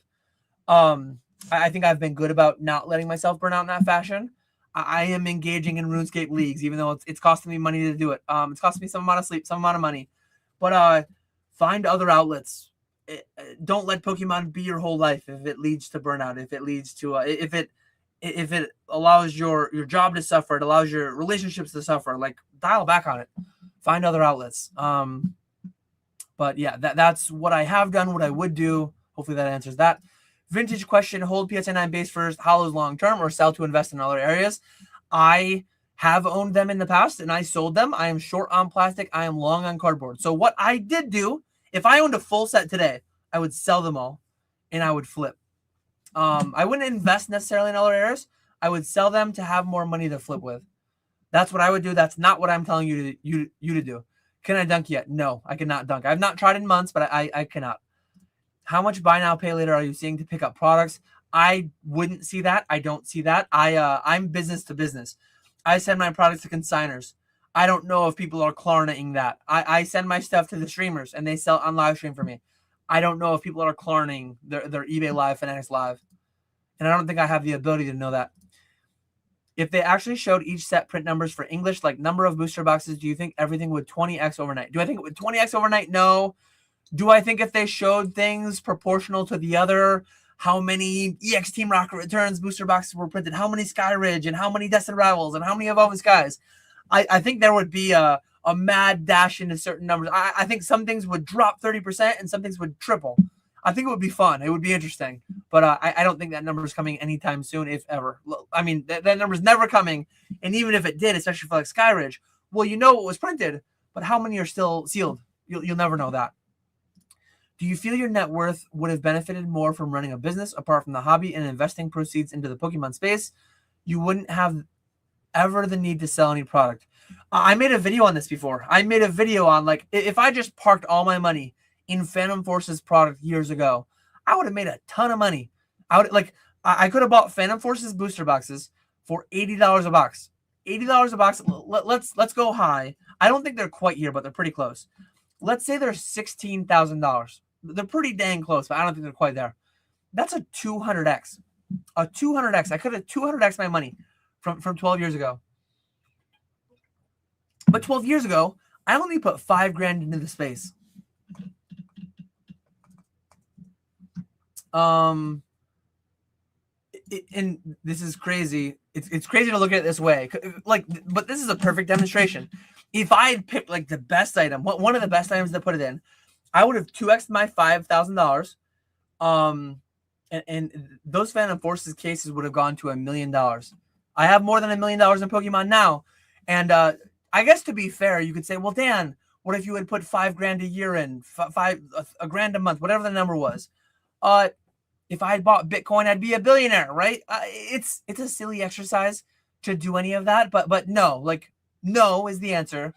I think what I did is significantly better because being honest with myself, and if anyone out there would be honest with themselves, if I bought 1,000 Bitcoin when it was $2, which I could have done, if I bought 1,000 Bitcoin when it was $8, I wouldn't have owned it at $100,000 Bitcoin. If I bought, how many boxes would it have been? If I bought 70 boxes of Destined Rivals I probably could have bought them for 70, 80, whatever it would have been. If I bought 60 boxes for 80 a piece, I would have sold them so many times over. Even if I was only investing, I would have sold them so many times over. So people want to play that game always. Oh man, I could have bought Bitcoin when it was 1,000. You would have sold it at 2,000, at 5,000, at 10,000, at 15,000, at 20,000, at 25,000. You wouldn't have held it to 100,000. I have some Bitcoin at whatever the hell it's at now. I don't even know. I have some Bitcoin that I bought at $2,000 Bitcoin. Some of the Bitcoin that I bought at, but I have less than 2 Bitcoin. If I had 100 Bitcoin, I would have sold most of it. Maybe not all of it, but like most of it, the vast majority. So no. After filling the buckets, how did you decide when to start investing and putting product to the side instead of flipping, churning everything? When I had more capital than I could actually flip in a fixed amount of time. I got to where like I had more money than I could physically buy, sell with. So that's why the pallet started. Is there a dollar amount where you would start to invest gains rather than continue flipping it outside of the buckets? Yes, when you run out of time to flip the amount of money that you have. But put me at a 50K bank balance with zero net worth outside of Pokemon. I would invest zero. I would invest to a -%. I would be using some leverage. I would be putting some stuff on credit cards and lines of credit and whatever I had access to. I would not be investing really at all. Dan, I have a bunch of e-readers in near mint condition. Oh, that was a double ask. That was a double ask too. How much One Piece do you have, Dan? Functionally zero. I have more than zero because I have some going in and out, but I'm not holding any of it. Actually, I found some recently. This is gonna go shout out to either Arizona TCG or Sealed Chiz Consignments. I don't even know what this is, but I have this. Am I rich? And then I have this as well that I found recently in some random box or whatever. OP04. I don't think that's an amazing one. It got squished because it was under a bunch of stuff. These are going to go to some consignment service soon. I haven't sent a box to Greenie in a while, but we've been doing the sealed mega streams as part of it. Beerski's a part of it too. Greenie, I still love you, but I just have so many outlets now. Fun fact, Google says only 1% to 2% of YouTubers will ever reach 10K subs. Crazy. How long do you see yourself continuing to buy Pokemon TCG products? For a long time. Maybe for the rest of my life. Hopefully, I'll be buying them as presents for my grandkids someday. How long will I be investing by the pallet? I don't know. 10 years, 15 years, 20 years, 5 years? I have no clue. I know that I don't know what the hell I'm going to be doing in 5 or 10 years. Thoughts on Celebrations UPC and the cases of them there. Are they worth it? And how short printed are they? I don't think they're short printed. I don't think anything's short printed. I think they're all printed to the extent they were printed, which I have no clue. I own exactly one sealed case of Celebrations UPCs and I think 4 loose Celebrations UPCs. One here. Shout out to PK. PK is going to be live this Sunday at 6 p.m. Eastern. He is going to be live on Fanatics. He is going to auction starting at $1. 30-second auctions on Fanatics on a live stream.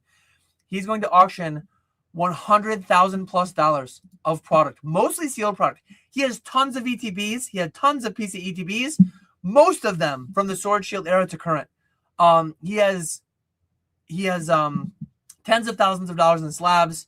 He has a Celebrations UPC. We're going to start at $1. He has 151 PC ETBs started at $1. Evolving Skies booster boxes started at $1. All that stuff this Sunday. Be there, 6 p.m. Eastern. Go check it out. When you vend, do you generally buy anything at 80%-ish? How selective are you with what you buy? I don't vend very frequently, but yeah, I'm usually buying at 80-85% lately. But the number's always in flux, pending cash flow, pending market, pending a lot of things. It seems that Japanese sets sales are a good leading indicator of what may be hot when it gets out. I was wondering if you know of a creator website that shares Japanese sales data. Retro is consistently inconsistent with making his content _retrospecs on Instagram. He also has a YouTube channel called Retrospecs. It's a little bit hard to search because I think there's a lot of channels named Retrospecs. At least a few of them. One is like Retro Spectacles. It's like retro glasses or something. But anyways, Retrospecs is who I buy Japanese boxes from on Instagram. There's probably people out there, but I don't really engage with them in that way. So I have 3 more starred questions, but I have 29 live comments that I haven't started the questions from. What's odd is the 2 biggest market downturns of recent tariffs and COVID are periods of time Pokemon just kept booming. Even the Bitcoin drop had no impact. It will have a downturn, but from what? From irrational exuberance, from people getting too crazy, from future gains being pulled too far into the present, too far ahead. I truly think the only rational outcome for this is that, hey, a booster box is guaranteed to be $2,500 in 3 years. You should be buying a guaranteed item, that's going to guaranteed be $2,500 in 3 years. Do like a discounted cash flow analysis on that and like figure out what's a fair value to pay for that. The net present value of that with any reasonable return expectation, not the irrational exuberance that people have, with any reasonable return expectation, what you should pay for something that's guaranteed to be $2,500 in 3 years, you should probably pay $1,800 to $2,200 for that item today. And that's like if it's more of an actual financial instrument, and you got to take into account the actual risk that is there that people don't think is there. There's so many things wrong with what people think about today's hobby that it's hard to even talk about it appropriately.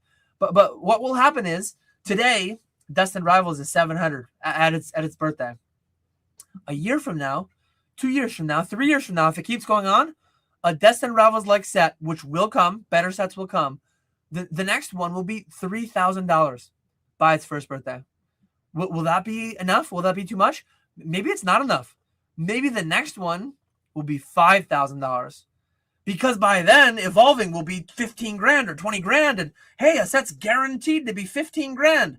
Look at Phantom Forces, 12 years old. A set, 12 years old, if it's guaranteed to be $15,000, well, at some point, day one, it should be 8 grand, 9 grand, 10 grand, right? Like if it's guaranteed, things start falling apart when you get as insane and as irrational as the Pokemon market does. That's what people don't fundamentally understand. It's funny because like there are people cross-grading from PSA 9s into CGC 10s and CGC 9s into PSA 10s, and any given day, any card can be any grade because all these services are consistently inconsistent.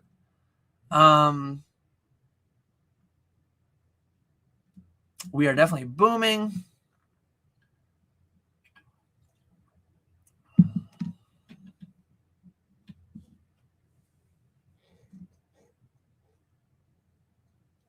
Food truck road trip, Summer of Dan. So I'm starting more questions.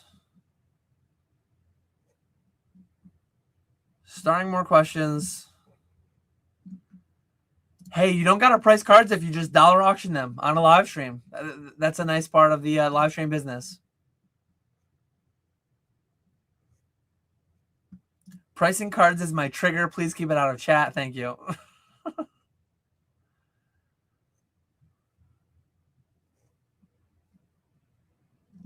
Starting more things. Stop flexing your One Piece at me, Dan. Yeah, Celebrations UPCs sat on pallets at Big Box all holiday season, not rare or short printed. People don't understand this stuff. Mason, do you remember the Pokeflips podcast years ago where we talked about your Battle Styles ETB palette? How far we've come, Mason, since your Battle Styles ETB palette. Today, in this market, that's where some of it is like the hobby's grown and ripping ships and yada, yada, yada. But some of it is people being irrationally exuberant too. In this market, Battle Styles, ETBs, those Battle Style ETBs would be $70. And you'd have people lining about the door to buy them at MSRP. And you'd have people talking about scalping them. And it's crazy. I'm not going to guarantee it because I don't have any control over it. But like, I don't see PSA shutting down fully. The biggest thing that I think they'll do, and I'm fairly confident they might do this in the coming months, I think they'll make it so their cheapest service goes from 30 to like 50 or 80 or 100 or 150. Years ago, the lowest they were for like a month or a few weeks at least was like $300 or $600. Their lowest available tier was very high years ago. Some of that was to do with the pandemic and all that, but some of that was to do with a 14 million card backlog back when that took them 2 years to grade 14 million cards.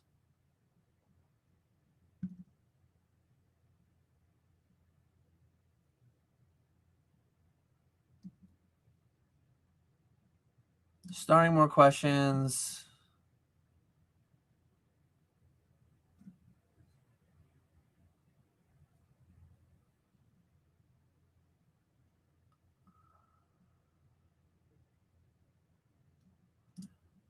I see people arguing about Celebrations UPCs for MSRP. My memory is not amazing. I don't remember each specific SKU.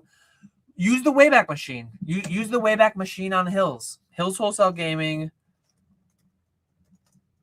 I can't do it's not responsible for me to do this right now while I'm live with a big backlog.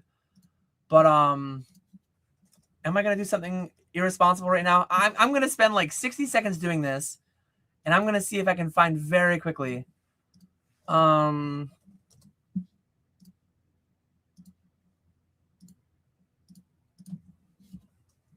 Is it hillswholesalegaming.biz or no .com? I'm gonna spend like 60 seconds trying to do this. When did Celebrations come out? Celebrations came out October 8th, 2021. We're on the way back. We are going to go late 2021 on Hills Wholesale Gaming. December 3rd, 2021. Let's check out Hills and see. Let's travel through time together.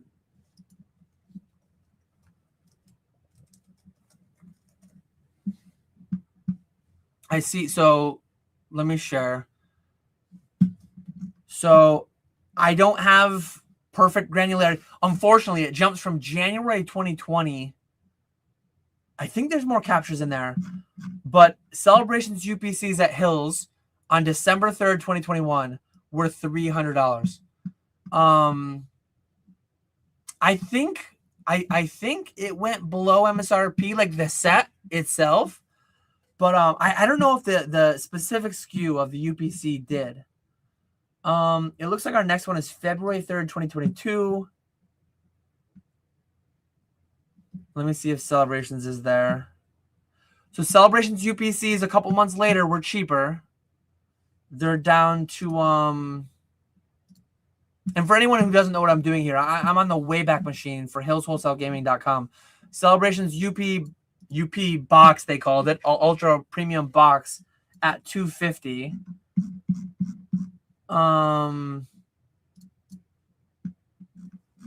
I don't know if we have enough granularity to see if it ever did. It wouldn't have been out here. We checked there and there. By here, it would have been up probably. We did that one. This is our last one to check.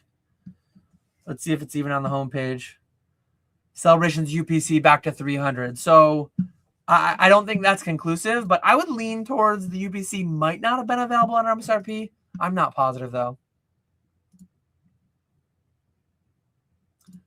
Is there PSA news? Did PSA officially close? PSA card, Instagram.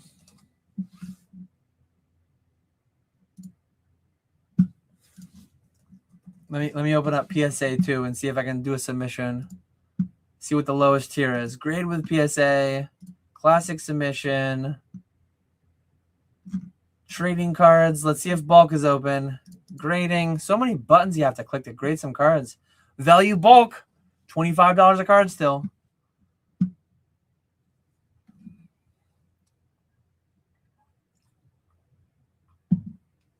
And that's one thing too. Like, will Evolve and Skies might stay flat at 2,500 for the next 5 years. People will guarantee this and that and 5,000 and 10,000 and when it's going to happen and it can't go below this. And Evolve and Skies in 3 years could be $2,000. It could be flat or down in 2 or 3 years. Ascended is so much better and Destined is so much better and the Mega Block and all these, like, it's old news. It's vintage. It's yucky. It's gross. At some point, and I don't know when, but like gains will be pulled forward enough that people will be harmed by loss of liquidity for years, as they were 5 years ago. It might take a few more years to get there, but it will happen again.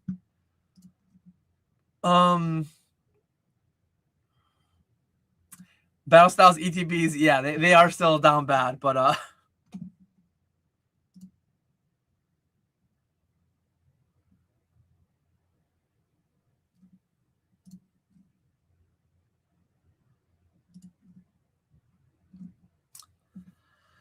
Hills has been cooked for over a year at this point. Go play around in the Wayback Machine. It's fun, and I think it's valuable and interesting too. Look at that. So somebody, in spite of like evidence and information, they admitted they were wrong. But and this is what some people will find it ironic that I say that. Dan is praising Mason for admitting that he was wrong on something. Simultaneously, Dan was wrong a year ago about Destin going under MSRP. So I said the most likely outcome, in my opinion, was Destin going under MSRP. Loose packs of Destin going under MSRP.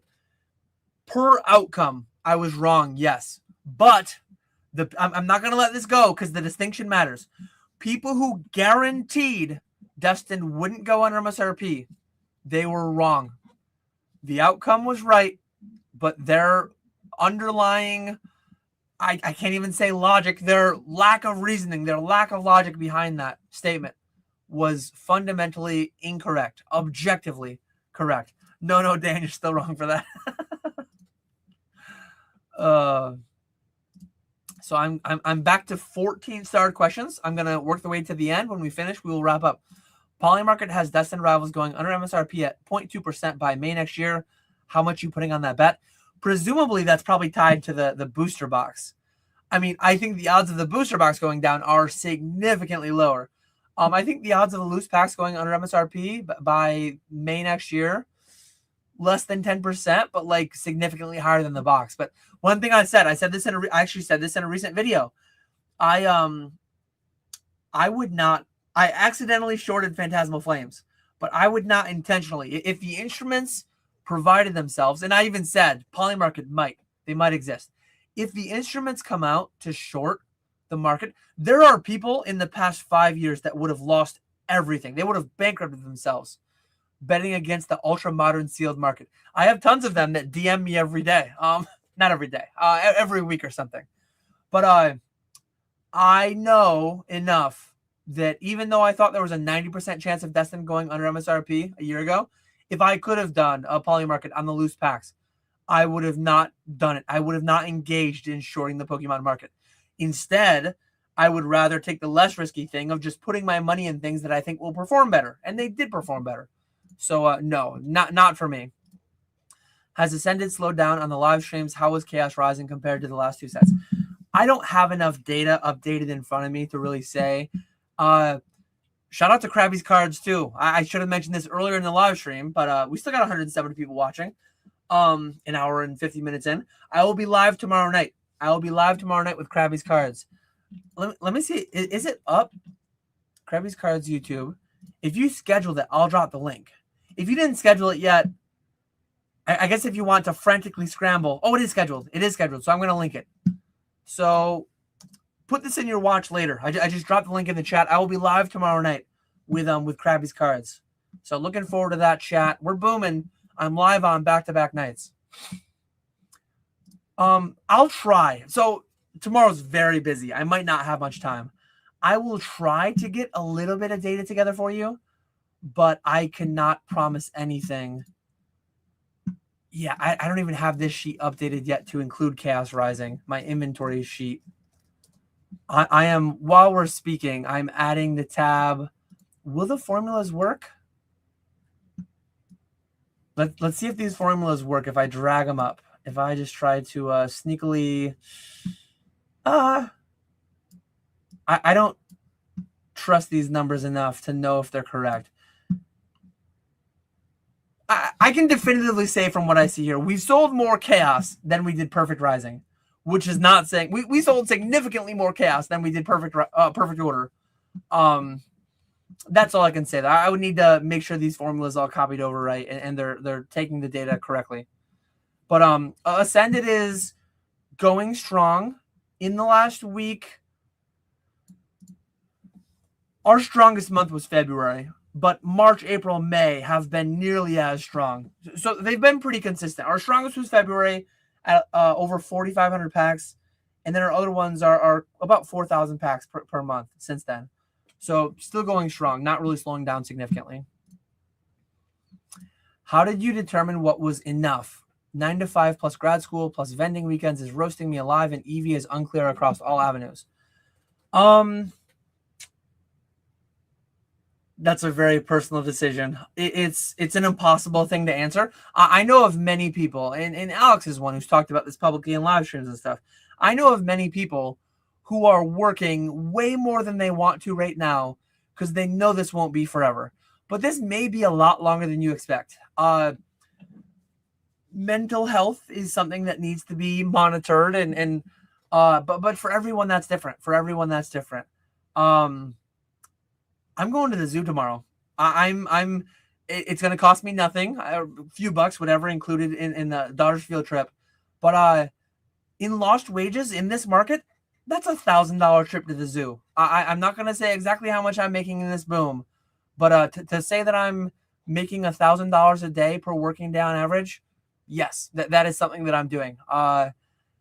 If you take 50 working weeks in a year and five business days a week and a couple weeks, like, yes, I'm there. So like I'm taking $1,000 zoo trip tomorrow because family first. So prioritize and rank everything in your life. But that said, if I had the chance to make $100,000 tomorrow, sorry, daughter, like mommy's gonna have to take the day off and go with you instead of daddy going, because like there's still some number within reason where I'm at, my net worth, my situation, but the number is a pretty big one. I've taken a week off in a boom to go to a water park with a family. So like figuring out what's enough is a very dynamic thing, and it's a very situational thing depending on what your conditions are, if that makes sense. And I always say, like, it definitely makes sense. It's just whether or not I can convey that in a way that makes you understand the sense that it makes, if that makes sense. As sets get 5+ years old and people lose interest in the singles, what is the biggest factor into the drastic price differences in old booster boxes? Supply and demand. I don't know what more to say than that.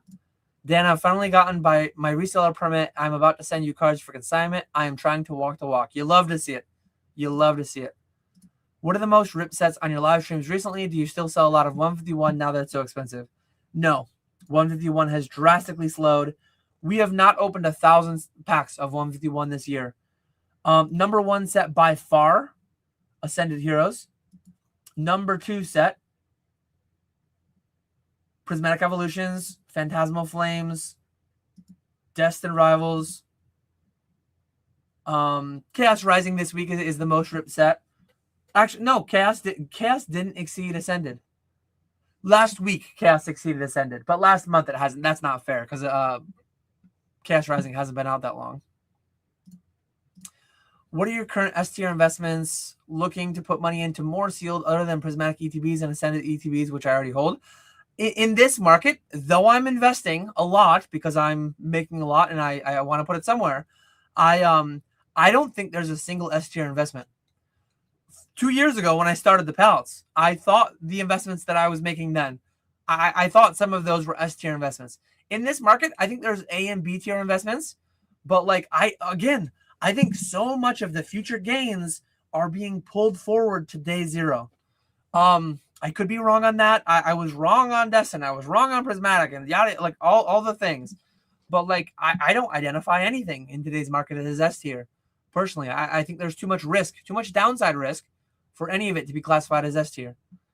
Maybe sounds like a paradox. Are there ever times you go against the vibes? Can you name one? Good call or bad call? I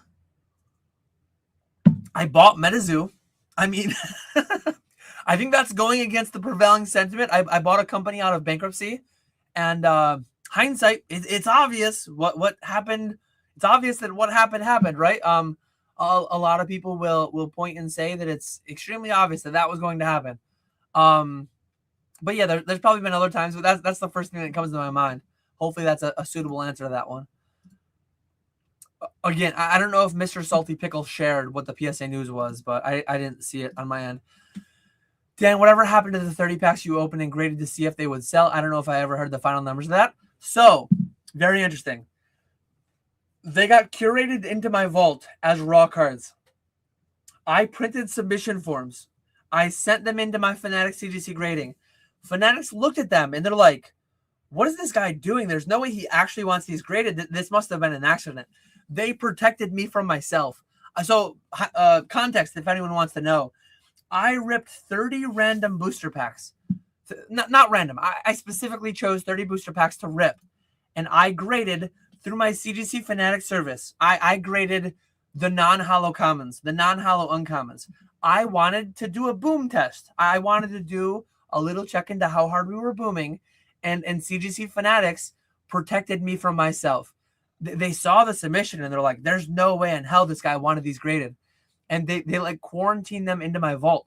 I sent my rep an email and I said, hey, I actually wanted those graded. And they're still sitting in my vault. I listed all my listings today and I still see them sitting in my vault unlisted, ungraded. So I don't know if they're going to grade them for me, but I tried. What are your thoughts on Rudy's potential skepticism about PSA numbers, specifically that they may not be as accurate as reported in terms of quantity being graded? At least that was my understanding. I got the same vibe. I don't agree or understand. I truly think PSA is grading 1 million cards a month. I think CGC specifically is owned by like BlackRock, part owned by BlackRock. It would be fraudulent to be reporting false numbers. Like it would be very, very illegal. I think it would be less illegal for PSA because they're privately owned, but it would still be very illegal to be fraudulently reporting completely made up numbers. And like, I'm not going to be the one to do it, but go through the PSA pop report. Go through the PSA pop report and type in every cert number. Like theoretically, you could scrape the PSA cert lookup and you could find the scans for every single card there.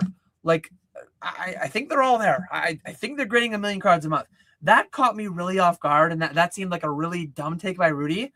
I understood him the same way that you did. He was basically, and maybe me and Cade B7 both misinterpreted him in the same fashion, but he was kind of like tinfoil hatting that PSA is just fudging all the numbers and they're not actually grading 1 million cards a month, which I don't think that's the case at all. Fanatics Instant Rips and Galaxy Grails and I was gonna say StreamYard. Courtyard. Yeah, Courtyard. Yeah, I don't know.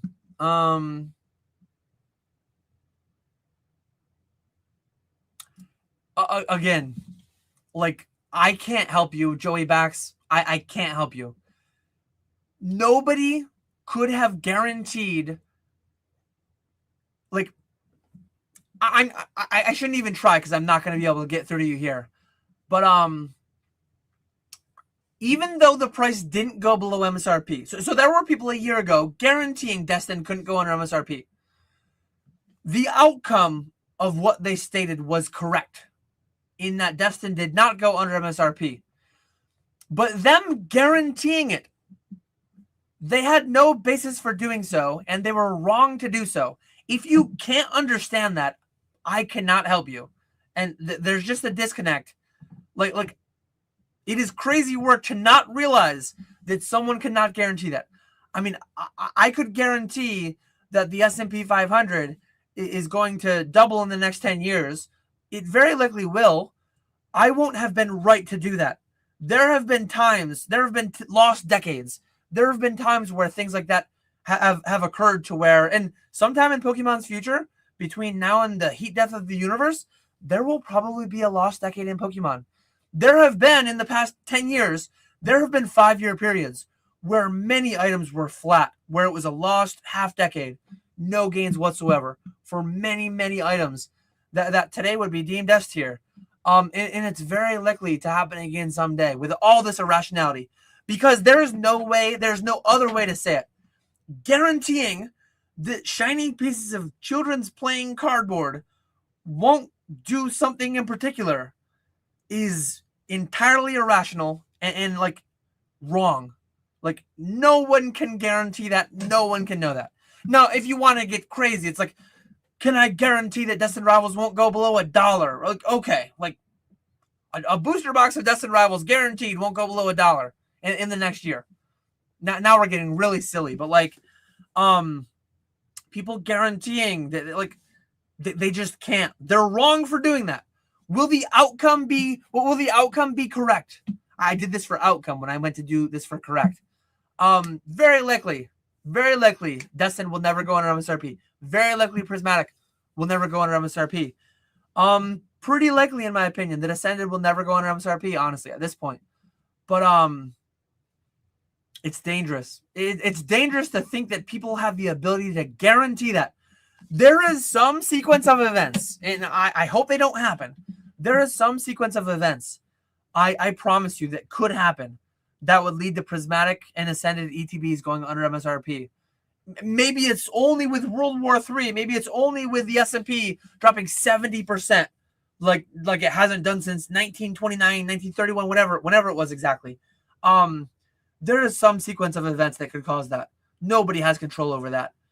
It likely won't happen. I hope it doesn't happen. But you need to realize that there's a distinction there between what people can know and yeah.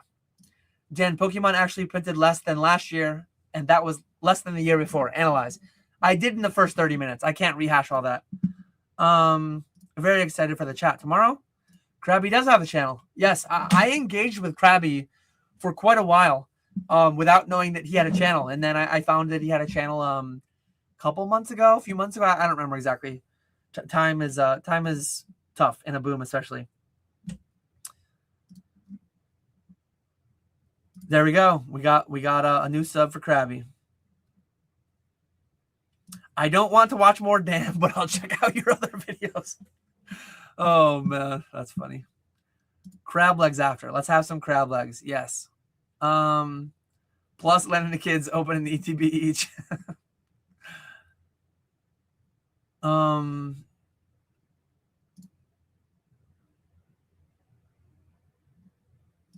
I told you MetaZoo would flop in your live stream a long time ago. This guy knows everything. This guy's a billionaire because he knows everything that's going to happen. I need to stop engaging because I just can't. We're speaking different languages. It's just not going to work. I'm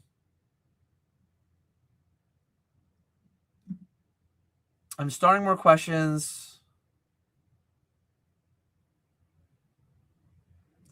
Can we get a Joey Backs versus Dan debate live stream? We kind of are, aren't we?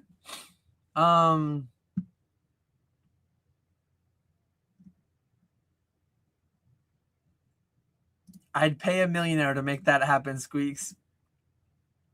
Squeaks, I already invited Joey Backs on tomorrow's live. Don't tell them. And I would go on a live stream with people with differing. The thing is, though, it's not even a differing opinion.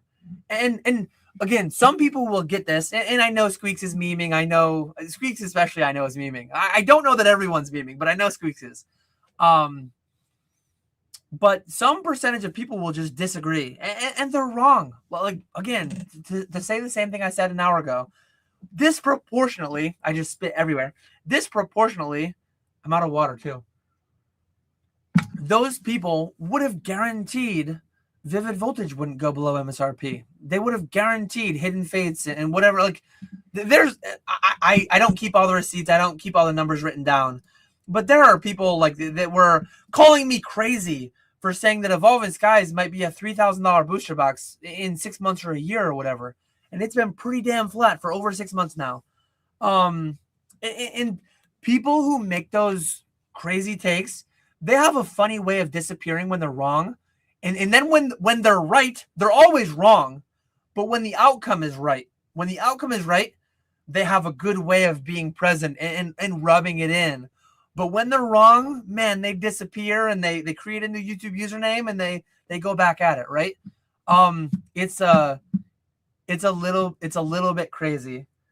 It's a little bit crazy and scary how people can so fundamentally misunderstand what we're doing here. Because nobody can guarantee anything like that.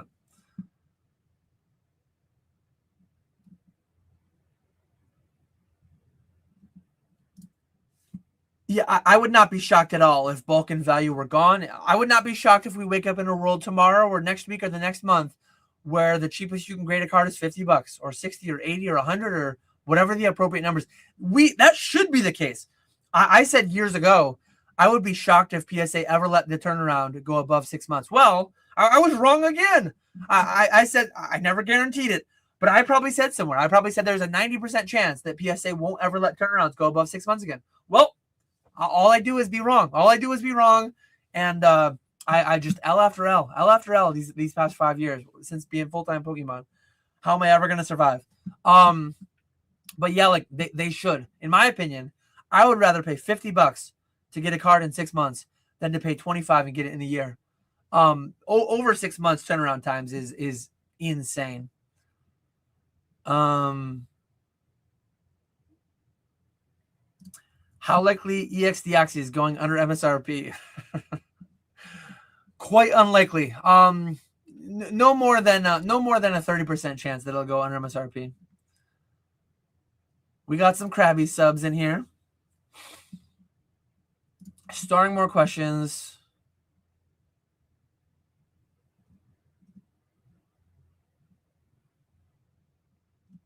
I'm starting questions. So I have 5 more questions. 5 more questions and then we're done. If you have any more questions or if you have any more snarky comments, I will highlight your snarky comment. I will engage with it. I am very easy to rage bait. The bait works. I comment on it. I take all the memes as serious comments and questions. But I don't hold any ill will towards the people who I disagree with and debate with and whatever. I truly, I've been around for a while and I've seen a lot of things. I've seen a lot of people get hurt, and I'm investing more money in Pokemon. I just found the spit that I spit out a minute ago all over my third screen here. I have more money in this than I ever have, but like I know the downside. And I've lived through some of the downside. I've watched some of the things that I've possessed go down by 50+%, and I will again. It will happen again. I don't know when, but like it can and will at any time, for any reason. It will be obvious in hindsight, but in the time, it's different, and it's not going to happen this time, but it always does eventually. And again, I'm not like Chicken Little, sky's falling. I'm not sitting on my hands doing nothing. I'm not selling it all and holding cash only because I'm not guaranteeing it's going to happen tomorrow. But like the only logical thing that always happens is the gains get pulled forward and the gains get pulled forward and it's guaranteed. So you pay more. If the thesis is true of some of these people out here, Ascended should be more than it is. Ascended is undervalued.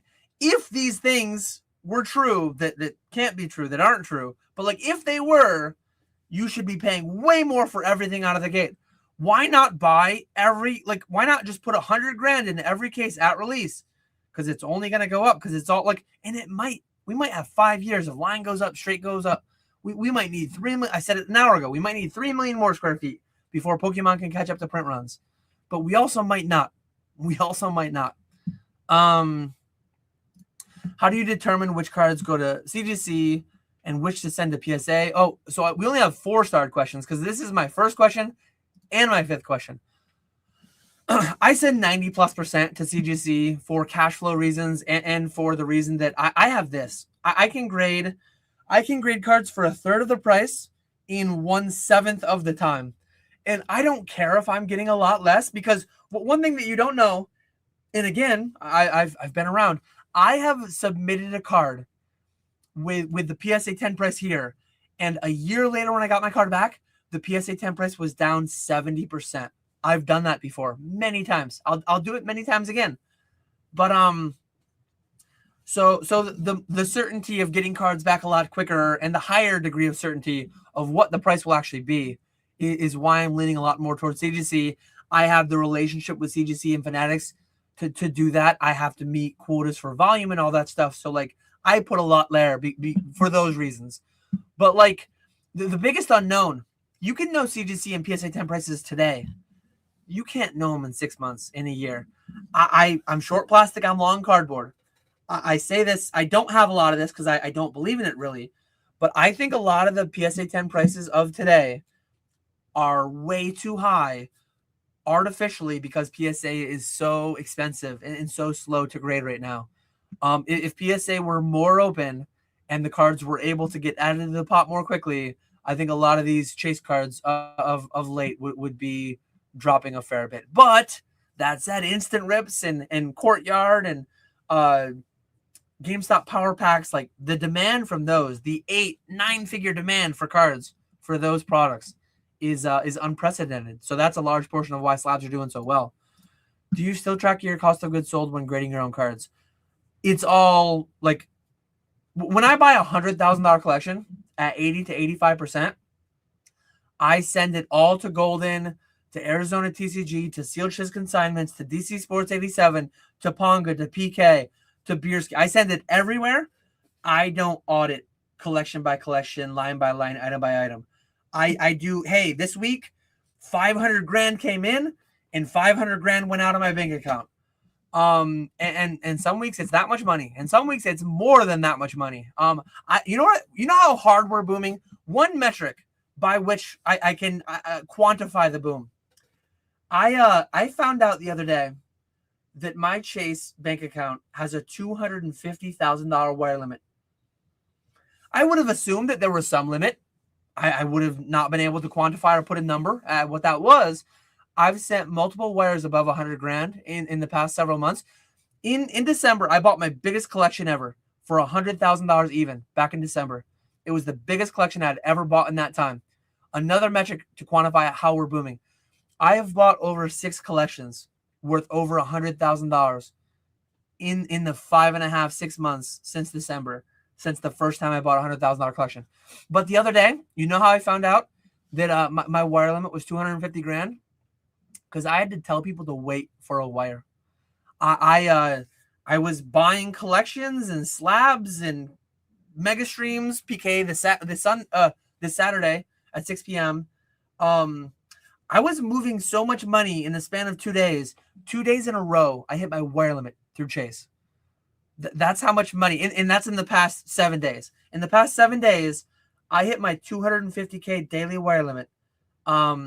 And some of that's consigners and stuff. Like, it's a lot of different things altogether. But that's how hard we're booming. I don't track. It's by vibes. It's by feel. Occasionally, like the other day, I had 50 grand. Or let me check my. Let me make sure I'm not sharing it. My DC Sports. I just cashed out like 30 grand. I have 20 grand on the way. I had almost 50 grand hit DC Sports the other day. I went in and I vibe checked a few auctions. Like, hey, 50 grand just sold through DC. Let me see how I did. 105%, 95%, 102%. Like I checked a handful of things, and overall, I'm like, damn, that's doing well. It's like in my mind, if I'm getting a certain percentage, it's like I'm doing well. So I sanity check them from time to time, but like I'm not overly individually like not at all, not whatsoever. It's like I'm barely keeping my head above water, like just with my time, buying, selling. The stuff is just flying through. So no, not at all.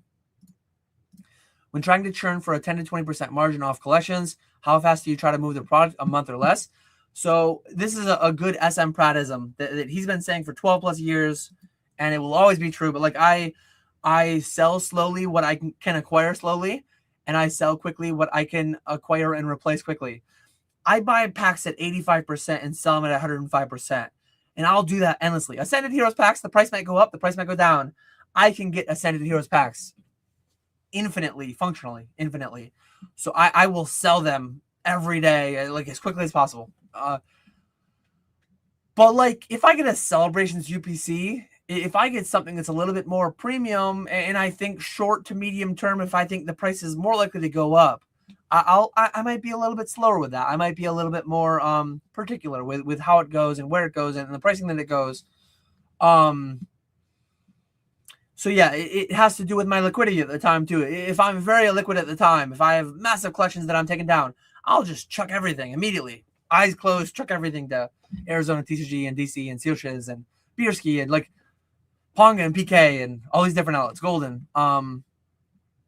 So it always depends. Making sure I didn't miss any more questions. I have one more started questions, and then I'm ending the live stream. So if you have questions, ask away. Where? Okay. So I found where we are. I'm going to start more questions if there are any. You basically just summarized what's been worrying me about Pokemon no S-tier investments. That's why I don't know what to flip my cash into now. Flip it into more flippable items. Like why not just? And that's where like I know people people meme on me for it. People, Dan, why would you buy that trash when Pokemon goes up so much faster and so much better and yada yada yada. Not Smarkles, the rapper. The first thing I do is I put my 80K up in here. The 401ks, the IRAs, and having no debt. And but that's me. Again, I'm not telling you to do that. I'm just telling you what I do and why, as always.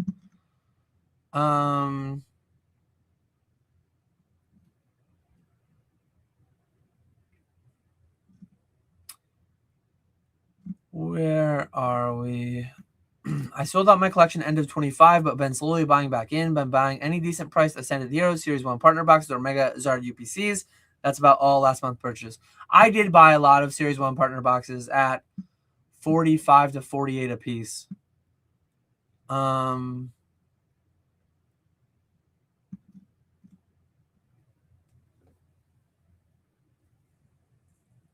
As far as collecting backwards, what's a good set to pay attention to? Whatever ones you enjoy. There's a lot of great sets.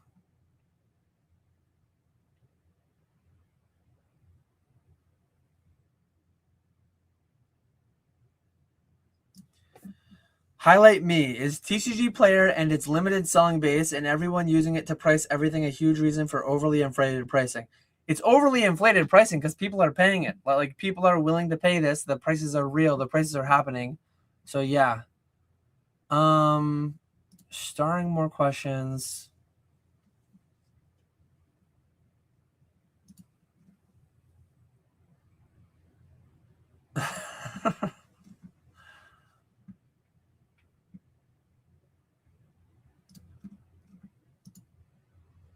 Okay, a few more questions. What's your theory on Sword Shield slabs are going parabolic, but boxes are flat? A lot of it's probably the digital rip platforms. A lot of it is that, like, instant rips. I could sell instant rips several Moonbryons at the right percentage. I could sell them several Gengars and Lugias, and I can't sell them any booster boxes. So like, that truly is some portion of it. But overall, like, yeah, I'm definitely surprised by what some of the slabs are doing right now. What are your thoughts on the Umbreon Evolving Skies promo? It's cool. Yeah, Dan, you remember when you sent all those gray felt hats off and the 10 price crashed? Yeah. I can't believe that card. I kept one. I kept one, and I joked. I joked years ago about, or a year ago, whenever that was, about how someday that card could be 5K or 10K, or it's like $3,500 right now. Absolutely insane. Will you wire me 550K and I'll send you 600K and stuff? No, by my math, that would be over 90%. I do not pay over 90% on much of anything. I will wire you, and my limit's only 250K. Squeaks, that would be a 3-day endeavor to wire you 550K. And I can only imagine. So I like to pay 80% lately, and I can barely keep up buying at 80%. You say 550K is an interesting number. I've had 2 collections offered to me recently. Collection is probably the wrong word. One was like an inventory, and the average percentage was like 87.5% they wanted, which they'll get it through other means. Not all in one go, likely, but they'll get it through other means, I think. I was offered 550-ish K, one collection at about 87.5%. And then I was offered another one like a few weeks ago, 500K for like 85%. And I just can't. I can't pay 85% or higher, because I'm paying 80% and I'm getting 40K and 50K and 150K and 120K and 110K. I can barely keep up at 80%. There's some chance in a few weeks and a month, I might start having to offer 78% or 75%. Because like Brian, Pokey, I've seen him multiple times in the past week close down his collection buying for some amount of time. I've always been of the opinion that, like, you shouldn't stop buying entirely. If you have to close down buying when you're paying 80%, start paying 78%. Start paying 77%. If you're like going entirely broke, you're paying too much.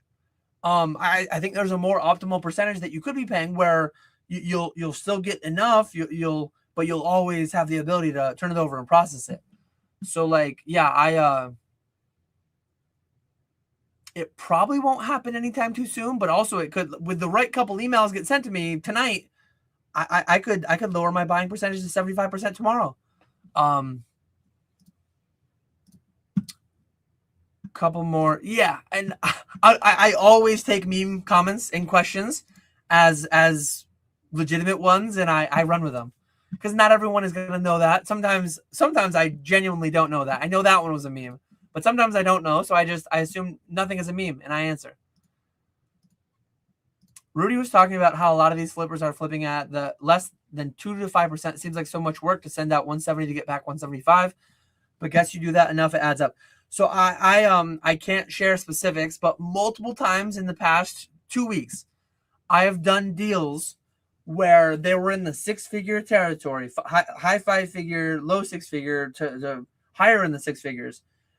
I've gladly made 1% on certain deals where it's like I'm a party to a transaction, I'm middling something, I'm receiving it, the buyer's already there.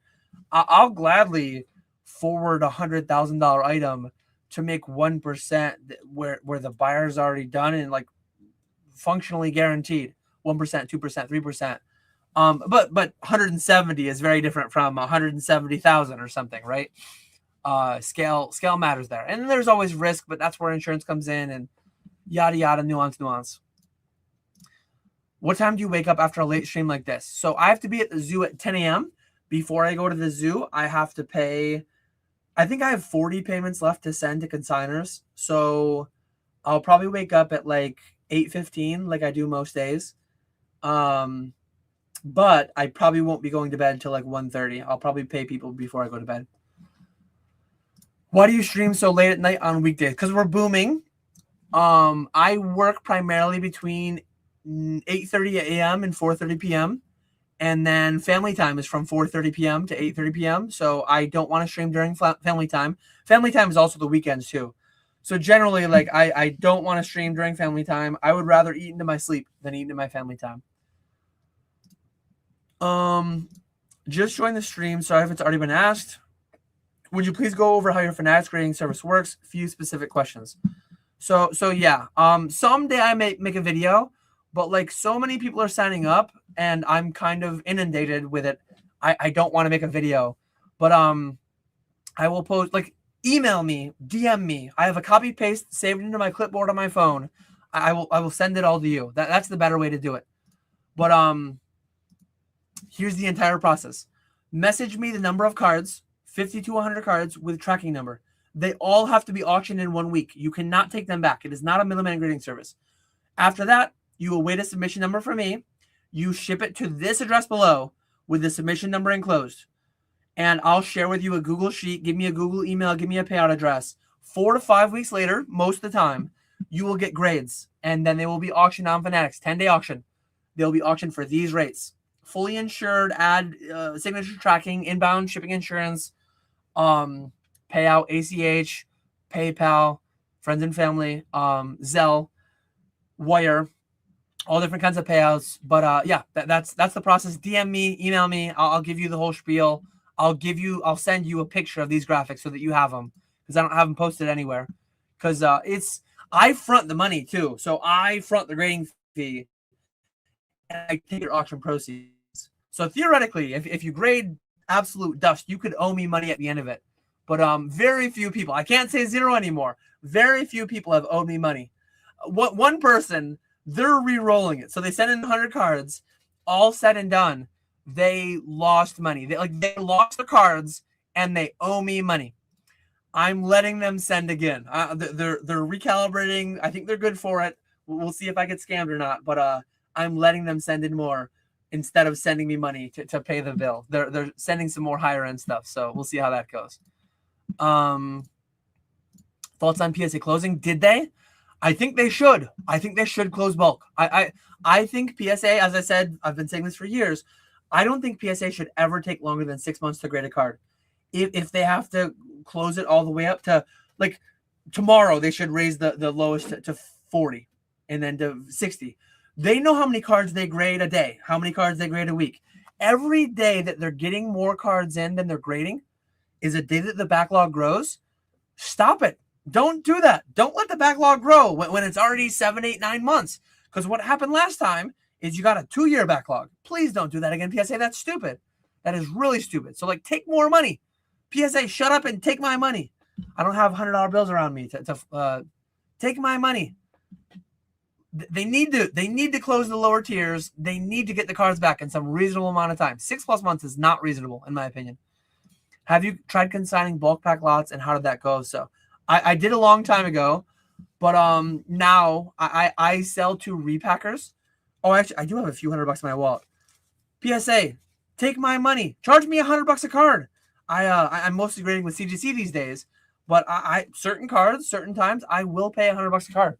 I just did it recently with First Partner Illustrations, and I auctioned them for $500, $600, $700 a piece. I did it again, 6, 7. These days, though, I have bulk repackers that buy my packs at 85, 88, 90%. So I haven't auctioned them recently because I haven't had the need to.